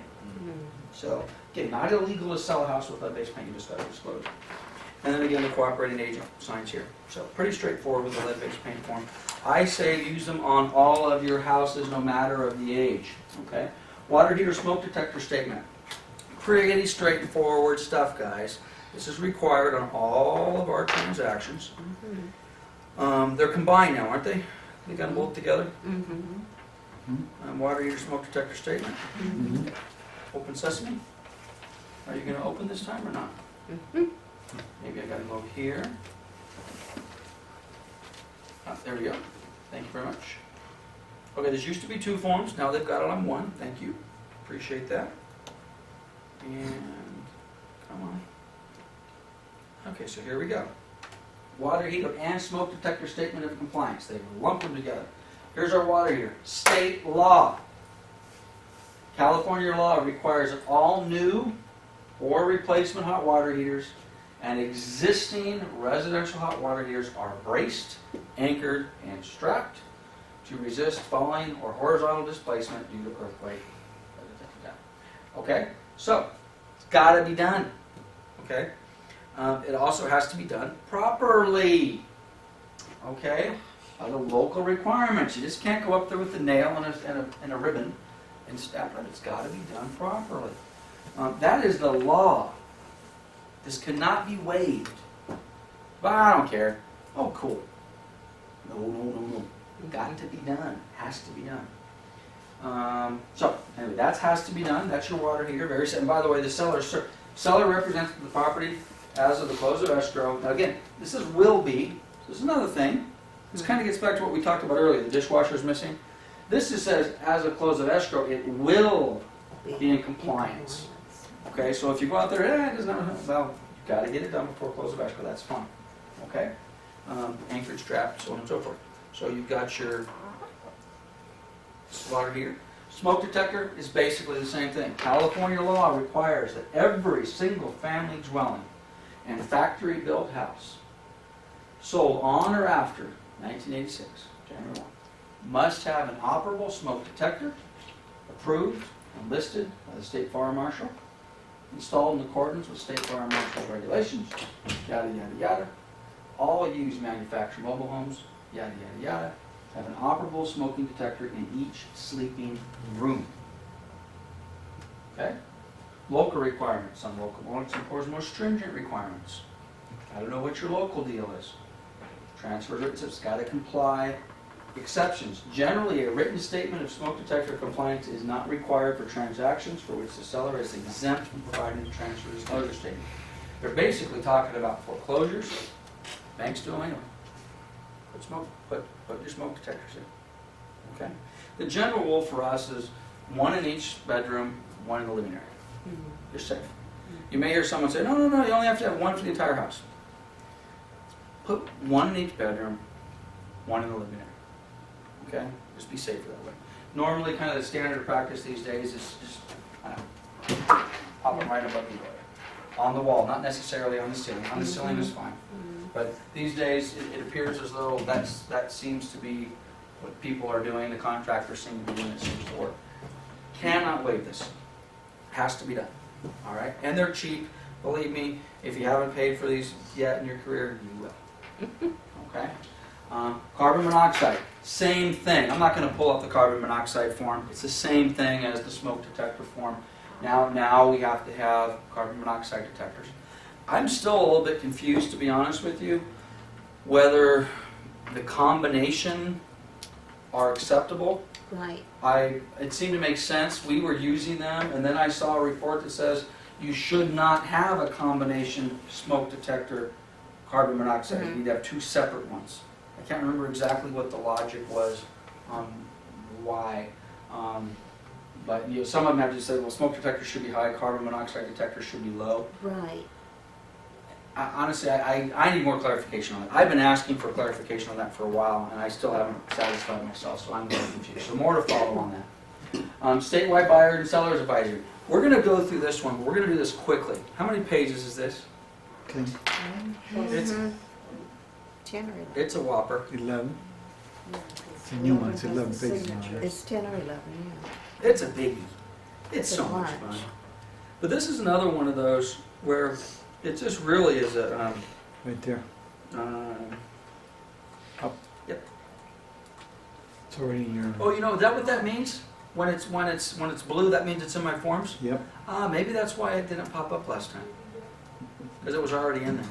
See, I learned something. There we go. Sure thing, Lance. Okay.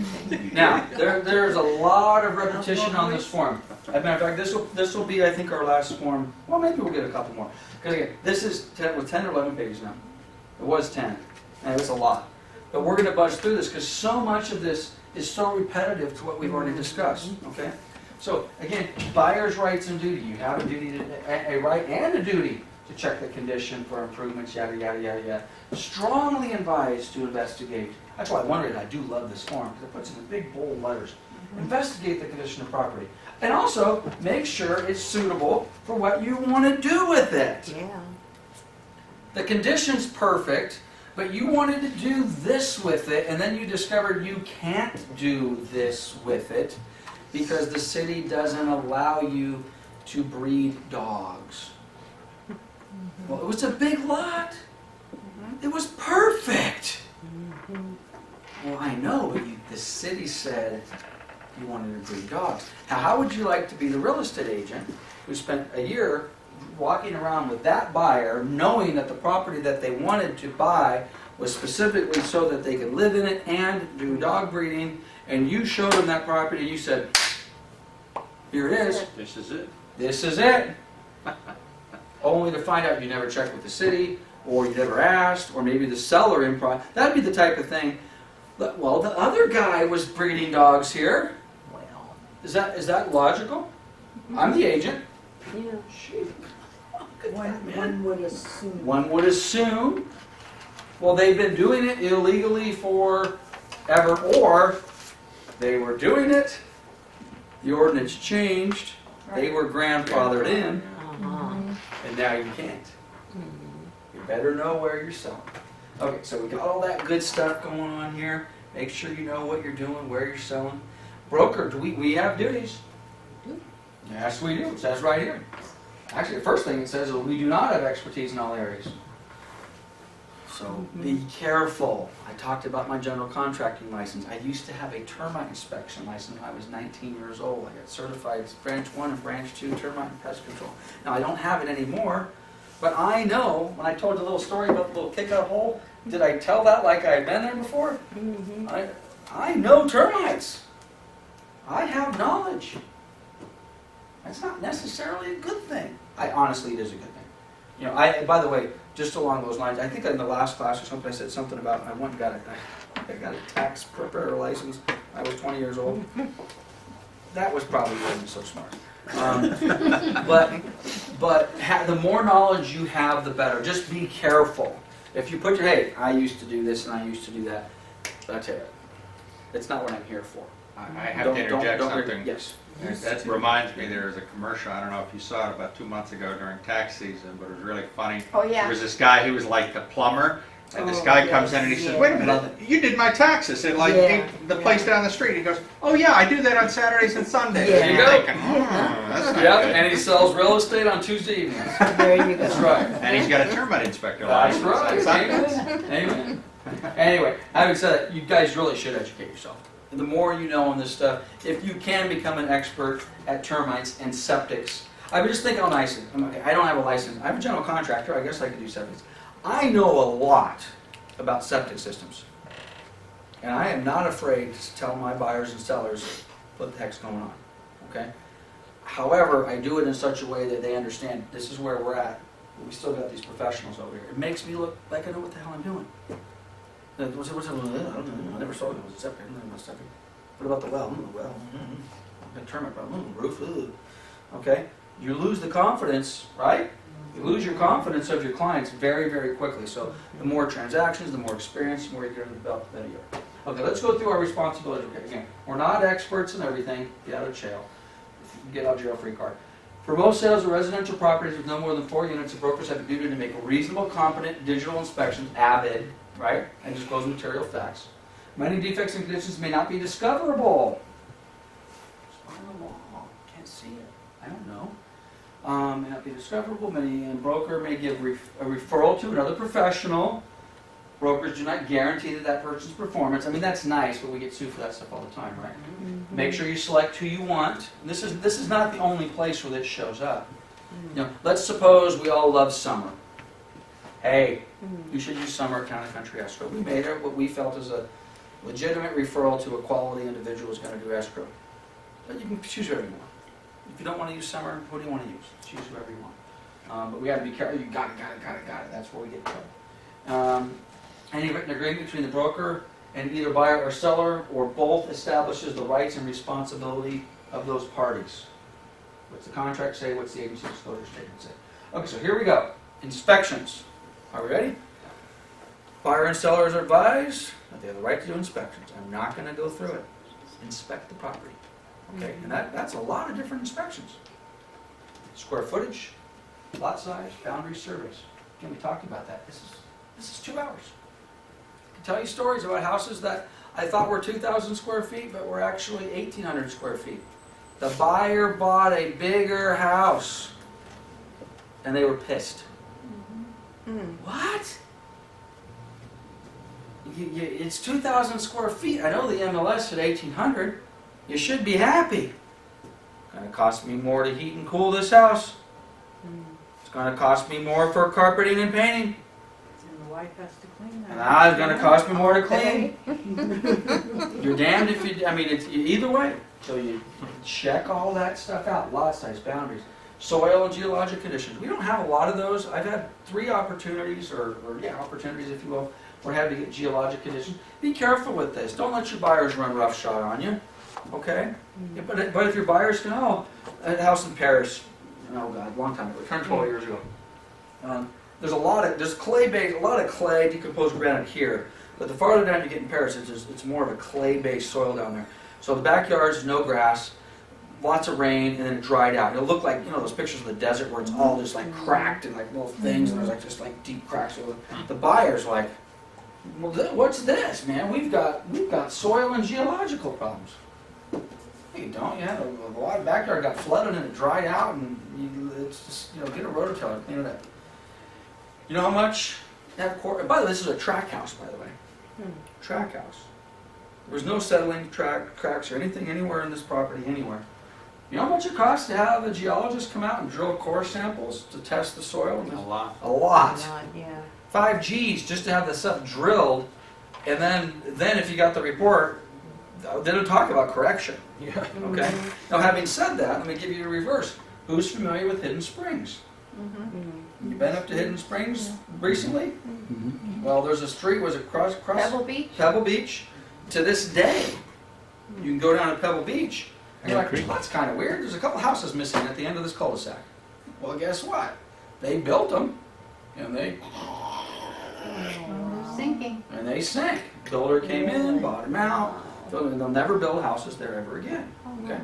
So in that particular case, if someone just would have poo-pooed that geological, they would have been. I have Manny, the agent prospect here. Oh, he's a little bit early. If you want to introduce him to Ingrid for a few minutes and give him a cup of coffee or something, Okay. then you can put him in the conference room at the end, and I'll be there in 8 minutes. Sounds good. Okay, cool. So be careful with that. Even though the chances of having a problem with a traditional track home is very, very slim. But, I mean, there's evidence. Janet, who else remembers that other than Janet? Janet, we've been doing this way too long. I know. Okay. Mexico, put There in the you go, yard and baby. let's go. But that is, and so if you go up to Hidden Springs and it's Pebble Beach, and it is Pebble Beach, and you go Pebble and something. and there you go. Yeah. What's up with that? Wow. Why do I buy that lot? I want to build that. Yeah. No, you don't. Okay. Geologic hazards. Earthquakes. You live in California, baby. You're going to have earthquakes. Environmental hazards. What do we got? And it's not just my silly example of someone changing their motor oil and pouring it in the backyard. It could be other stuff. Radon gas, asbestos, electromagnetic fields. You sell houses underneath the power lines. Yeah. That's a big thing. It is a big thing. I sold a bunch of them right off the kitchen. San Lupe, I sold 6 houses on San Lupe. You look out the back window in the kids' room, you look up, and man, you feel like you can almost grab those wires. And they're not just the little wires, they're the big high-tension ones. They buzz. Bzzz. Okay? Environmental hazards. Lead-based paint. Formaldehyde. Okay? A lot of formaldehyde. I go into my motorhome, I flip down the visor on my motorhome, it says, you are going to die. This entire motorhome has been built with formaldehyde. Don't spend too much time in here. You can smell it in the press wood. They don't use it anymore, but some in the press wood that they were using in the 80s. There you go, the glue or whatever. The glue, Right. yeah. I used to pass out. So yeah. Yeah, but you were sniffing it on purpose though. No. Was that at work or That was in the 70s, Lance. Oh. 80s I was trying to avoid it. Hey, Janet's got some stories, girl. If you guys haven't taken Janet out for a drink or for dinner, you're missing something because this girl's got some stories. Okay, we got mold. We already talked about mold. We already talked about water intrusion. Are we starting to become redundant in these Yeah. forms? Water intrusion. We already talked about water intrusion. Now, we haven't specifically talked about septic, but let's face it, if you have a property that's on septic, this is a good time to spend a little more time talking about septic, okay? Now, of course, if you don't worry about it. Same thing with wells and water systems. There's a whole, who I know Debbie just did it, who has never sold a house with a well or a septic yet? Oh, with the septic, yes. Okay, so we've all sold houses with well, okay. And then, So, okay. But when you get to your first one, if you haven't done it, come see me. Do not go into these things blind. Honestly, they're not that complicated. But you need to know what to expect, and more importantly, you need to know what to prep your buyer and or seller to expect. So don't wing it. I've already made the mistakes. Don't make the same mistakes I made. Wood destroying pests, that's our, everyone knows that that's a termite report, right? Yeah. I had an agent, we did this class 6 months ago, and didn't realize that was a termite report. Which I get it, why don't they just call it a termite report? Well, because wood destroying pests are not Just exclusive to termites. Right. That mold that we were talking, if you have mold or fungus on your patio cover left long enough, that turns into a fungus or an organism.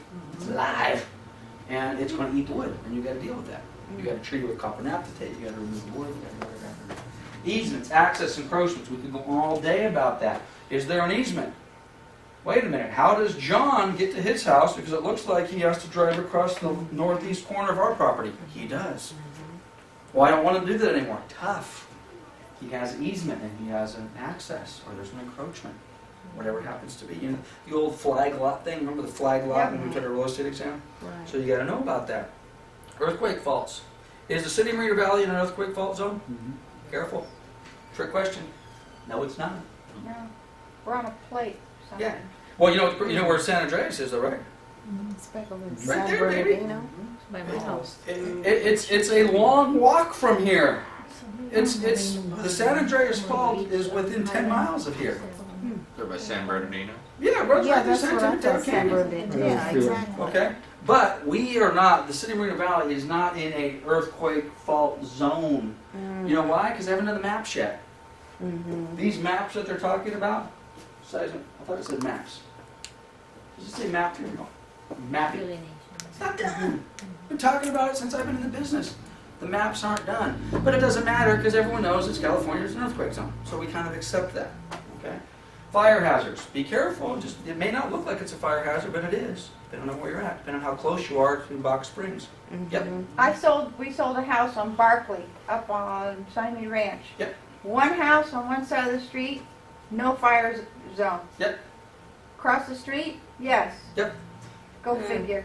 Well, it could have been, it was 50 yards closer to Yeah. the hill, or it could be it was 50 yards farther away from the fire hydrant. Yeah. That house on that side of the street is close enough to the fire hydrant, it's exempt. You're just 5 feet too far away from the fire hydrant, you're now in the zone. Figure it out. Flood hazards, we talked about that. Map zones may change. We talked, and they're talking about the fire zones, which they have maps for. This is why we use the natural hazard disclosure, because they do have detailed maps as to, by the way, it's not just, are you ready? Let me just do the fire ones. State fire responsibility area is different than which we already talked about, a very high fire hazard zone. A special flood hazard area is different than a potential flooding zone. Okay, they're all different, and they all have legal meaning. Okay, building permits and code compliance. We talked about that. Is everything up to code? Has it been built properly? Views. Be careful with the views. I bought the house for this view.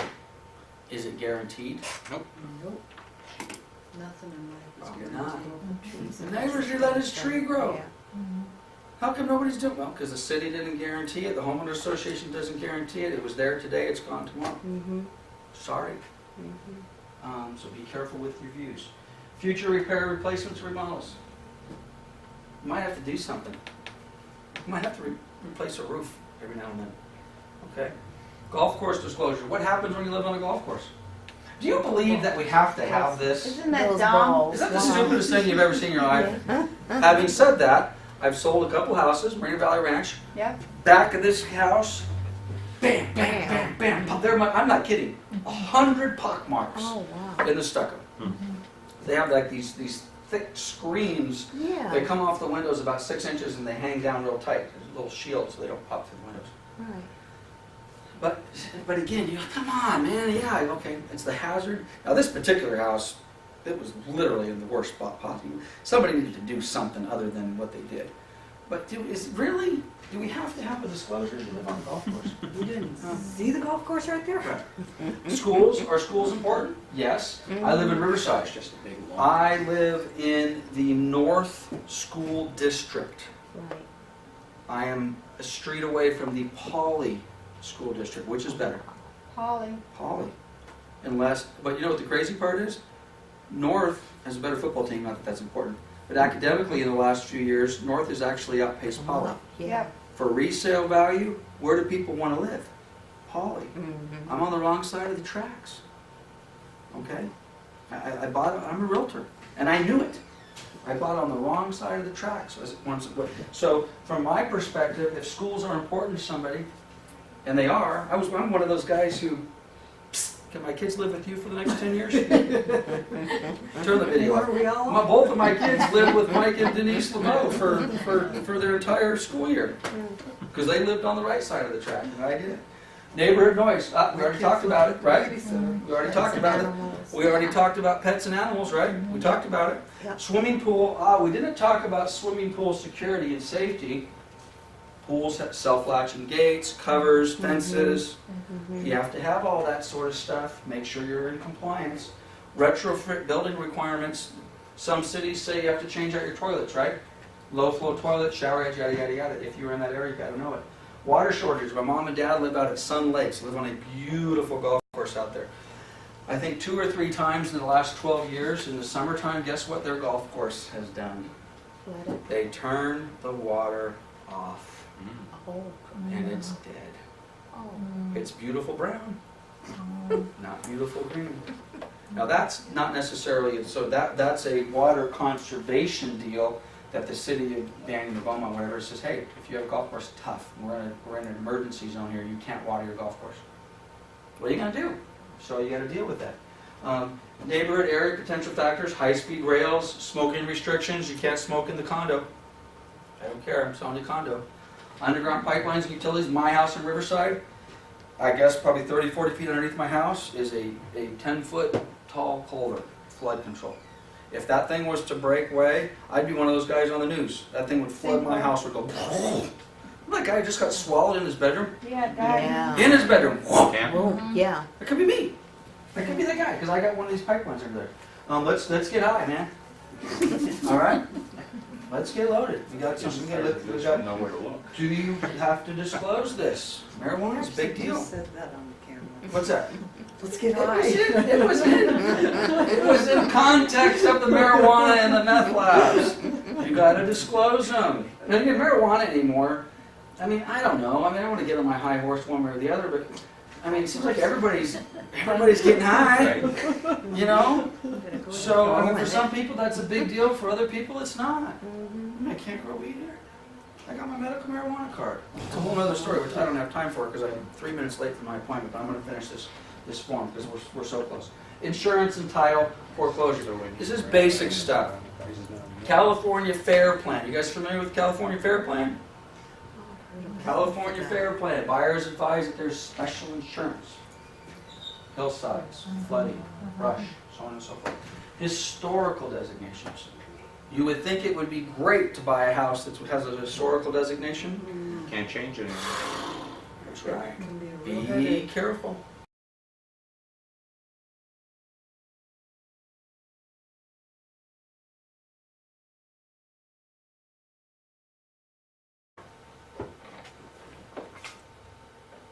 Man, my computer, I think, is not much longer for the living in.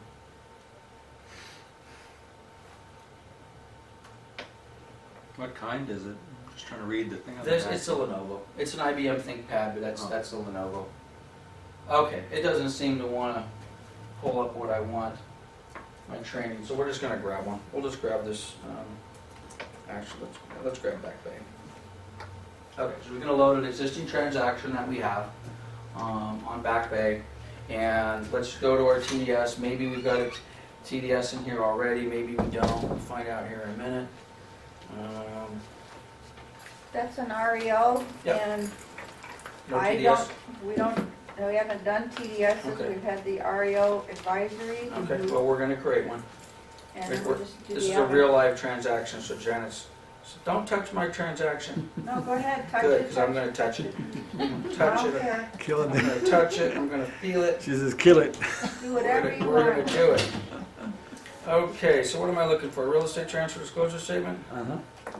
No, TDS. TDS. I understand that, but what's its real name? TDS. Real estate Transfer disclosure disclosure statement. statement. How come I can't find it? RST. Oh, there we go, real estate RS. transfer, yeah, so Oh, there's, we're gonna teach so you how there to we spell are. real estate? Real estate transfer disclosure statement, better known as our TDS. So, and for those of you that are kind of new to this week's class, just remember that you can go watch the video for last week's class, and you can catch up with the agency that did the TDS. So again, and by the way, I'm learning the new zip forms myself, so I think I'm just going to double click this. I'm going to open up our TDS. We're going to review page 1, which we covered last time. We're going to review page 2, which we covered last time, and then we're going to start pressing on. Okay, so here we are. Again, for review, we've got a TDS. I am going to pretend for the moment I am the listing agent. I am doing my job well, which means at the time I sign the listing agreement, I'm going to say, great, now let's go through the stack of 300 pages of disclosures, okay? You might as well start with the TDS, okay? So, we've got, some of this is filled out for Edgemont, so it's not all there or not. Actually, I thought we opened a different one, but at any rate. So we're in the city of Marina Valley, we're in the county of Riverside, which needs to be filled out. We've got our address here, we've got our date. This is the date of what? The date we're signing the TDS, okay? So this disclosure concerns yada yada, this statement and disclosure of conditions of reference property in compliance with section as of today, okay? If the condition of the property changes tomorrow, Do a new one. we need to amend this. I take the listing today, the roof doesn't leak. Tomorrow it rains or the roof leaks. Hey Lance, my roof leaks. Oh, okay. We need to amend our transfer disclosure statement. Yes. Would you do that on an addendum or? That was it. Don't guess. If you know it's a composition shingle, you type it. If it's tile, I don't know, is it concrete tile? Is it clay tile? Is it some other type of tile? Don't guess. There's nothing wrong with saying type of roof unknown, age of roof unknown. Even if the seller isn't known. Let's say a lot of people have lived in their house for a long time, but they're not the original owner. Well, I don't know. It looked old when I got here, or it looked new when I got here, but I don't really know when it was replaced. Saying unknown is perfectly fine. Anything other that you want to note? I have a gazebo, which actually that's on there somewhere. That would be a bad example. Okay, are there, to the best of your knowledge, seller, any of the following not in working operation? Yes or no? Very simple question. Most people are going to say, not in operating condition. No, that's what we want, right? We want our seller to say no, because that makes our life so much easier. Well, if you say no, then everything up here works. Everything.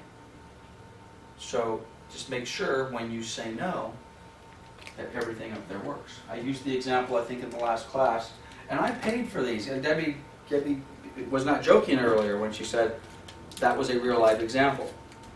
I don't make any of my stories up. These are all real life. Most every negative story I tell in here is my own story, and it cost me money.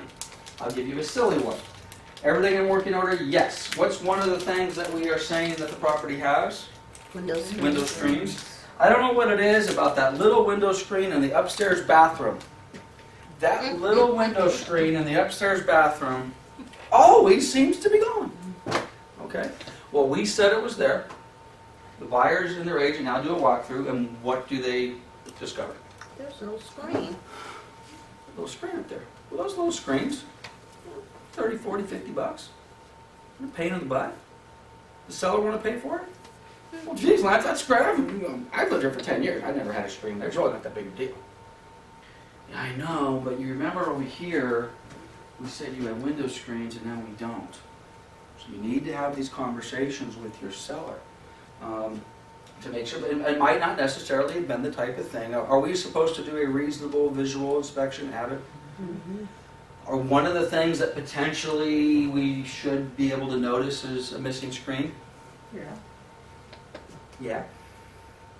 If we end up in small claims court, is it possible that the judge might say, you could have seen that? Yeah. So be prepared for that. So everything, if you're checking yes, now again, there's nothing wrong with checking no. Master bedroom, bathroom, window screen, missing. By the way, if you're going to disclose it, you're going to put that on there, to me, that means it's missing and I'm not going to fix it.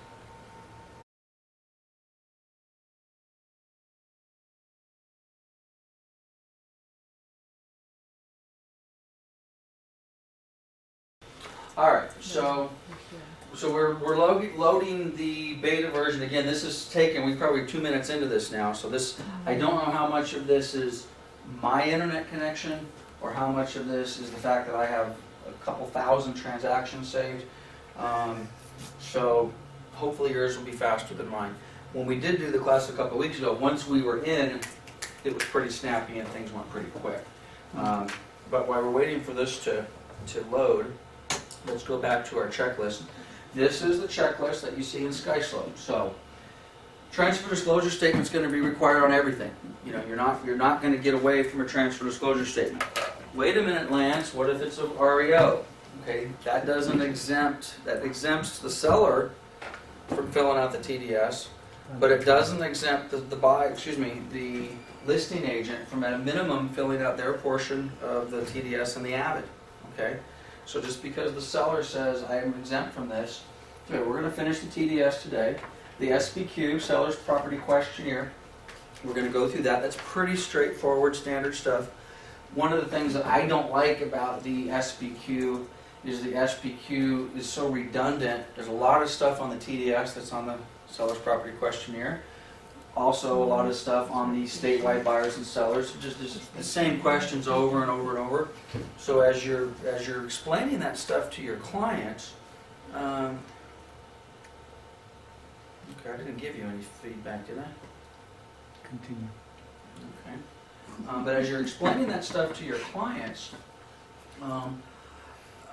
it can be a little difficult. You gotta be careful, I guess is what I'm trying to say, because if you're gonna put all the disclosures in front of them at the time you're doing the listing agreement, and you just went through a TDS, and now say, oh, by the way, now we're gonna do an SPQ, they're immediately gonna say, well, gosh, I already answered that over there. I get it. Yes.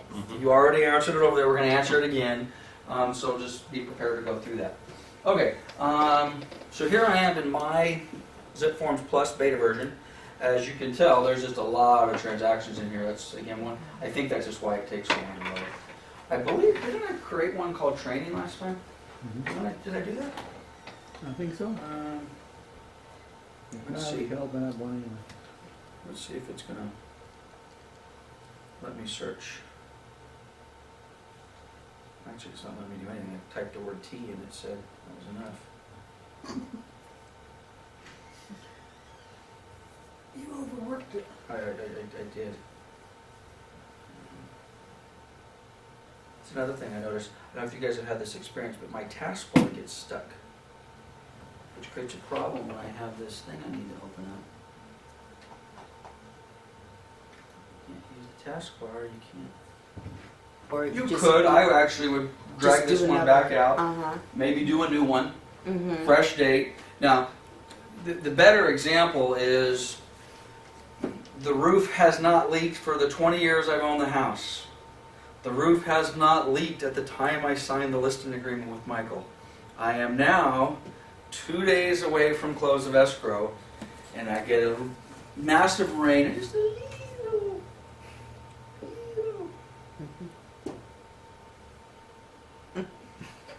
Right? Wrong. Okay. The dreaded, Right. it happens before close of escrow. Well, if it's a dishwasher, that's kind of an easier one. Hey, the dishwasher broke. Darn it. Okay, we'll go fix it. Go put another one in. Spend $300, put in a new dishwasher. I'll call the buyer today. The dishwasher broke last night. Oh, by the way, just wait, let the home warranty take care of it. What's that called? Fraud. That's called insurance fraud. Mhm. Okay? Telling the parties involved, don't worry, Mhm. it's only a dishwasher. It's covered under the home warranty. Just wait a few days after close of escrow and call them. That is insurance fraud. And if you are involved in that, you are accessory to committing insurance fraud. Does that happen all the time? Happens all the time. We don't do that. Okay, let's go back to my roof example though. Is it a little more difficult to deal with that roof? It's not a $300 dishwasher. It could be a $300 repair. But when you tell the buyer the dishwasher broke, the buyer's not normally as freaked out about a $300 dishwasher as they could be. Oh, I know we were gonna close escrow tomorrow, but you know that rain we had last night? The roof broke. $5,000 for the roof. And normally delays, okay? Long We gotta find out. Time out, we're not closing escrow. Right. We gotta get the roof inspector out, now we need a certification. So what we thought was gonna be an escrow that's gonna close tomorrow, now could be delayed a day, a week, or permanently, okay? So we all have to resist that, and I don't mean just us as agents, we have to resist our seller's temptation to start sweeping things under the rug, okay? So obviously, if we have knowledge, we disclose it. So this is as of course, the date, but if anything changes, you have to acknowledge that. Again, I can't take as much time as I just did on that, because we'll never get through the rest of this, and we already covered this. If we have any supplemental reports, this is where they go. I have a copy of a termite report. Agents very rarely do this. But technically, if you already have a copy of a termite report in hand, if you already have a copy of a septic report in hand, if you already have a copy of a home inspection in hand, you're supposed to check the box, fill it in. And here it is. It's part of the TDS. Okay? Now, in most cases, those reports come after the fact. Okay? But if you have an escrow maybe that's fallen out, by the way, if you have an escrow that's fallen out, maybe the TDS was done months before, maybe it's got some initials on it, maybe it's 3 or 4 days or months old. Take a few minutes and do a new TDS, okay? Let's get a new TDS put together. And for that matter, let's get all new disclosures. It's not going and white out first buyer's initials and signatures. That's tacky, unprofessional, borderline, potentially could make that disclosure, void or invalid because, oh, wait a minute, what's going on? There's white all over the place. I'm assuming you're saying that because somebody has done it. We don't make anything up here. These are all real life examples. Okay, buyer or seller is or is not occupying the property, very important. Be honest. I haven't occupied the property, it is a rental, I live in Florida, I haven't seen it in 10 years. That gives that seller a much different burden of responsibility to disclose known defects than the person who has lived in the house for 10 years. Now, just because it's a rental and they haven't lived in the property for 10 years or seen the property for 10 years, if the seller has direct knowledge that the property management company has done A, B, C, and D, and one of those items is a lingering roof leak, well, you can't say, well, I never saw it, I haven't been there in town, Well, because at a later date, someone's going to subpoena documents and they're going to see, well, you did know. You had a bunch of emails and a bunch of communication, and it looks like you've been going back and forth for 2 years over this same roof leak. So you be careful with that. Just because they haven't seen the property doesn't mean they're not responsible for these things. Here's our items that we're going to list. You check the boxes that apply. Couldn't be more simple than that. Down here, you get to add a few other things. I always thought this was kind of silly. Where's the exhaust fan? Boy, that's important. It gets its own line. And where do we normally find exhaust fans in a house? Bathrooms and Over the stove? kitchen. Normally that's the case. So where are they? In the bathroom? 220 volt wiring. Who's an electrician in here? I didn't think so. Okay, normally you ask your seller that. Normally if you have 220 volt wiring, it will be located in the garage, maybe the laundry room kind of a thing. Or possibly I've got an electric stove, I got 220. But you be careful with that. If you're not, I'm not really, I think I got 220. Unknown. Is that acceptable? Absolutely acceptable. We don't guess. You never. You don't want to say there's 220 volt wiring in the garage because it had a funky plug. You know, you see one of those plugs? Like, what the hell do you plug into that thing? Well, it must be 220. Well, don't say it's 220 because the buyer comes in, they need 220, they plug it in. That ain't 220. Okay, well now what? Well, we got a disclosure problem. Okay, so there's nothing wrong with saying I don't know. Fireplaces, where are they? They're in the living room, they're in the master bedroom, whatever it happens to be. Does it have a gas? I always find that interesting too. The gas starter gets its own line. Okay, yep, it's got a gas starter. All right, what kind of roof do we have? We've got a roof. What type?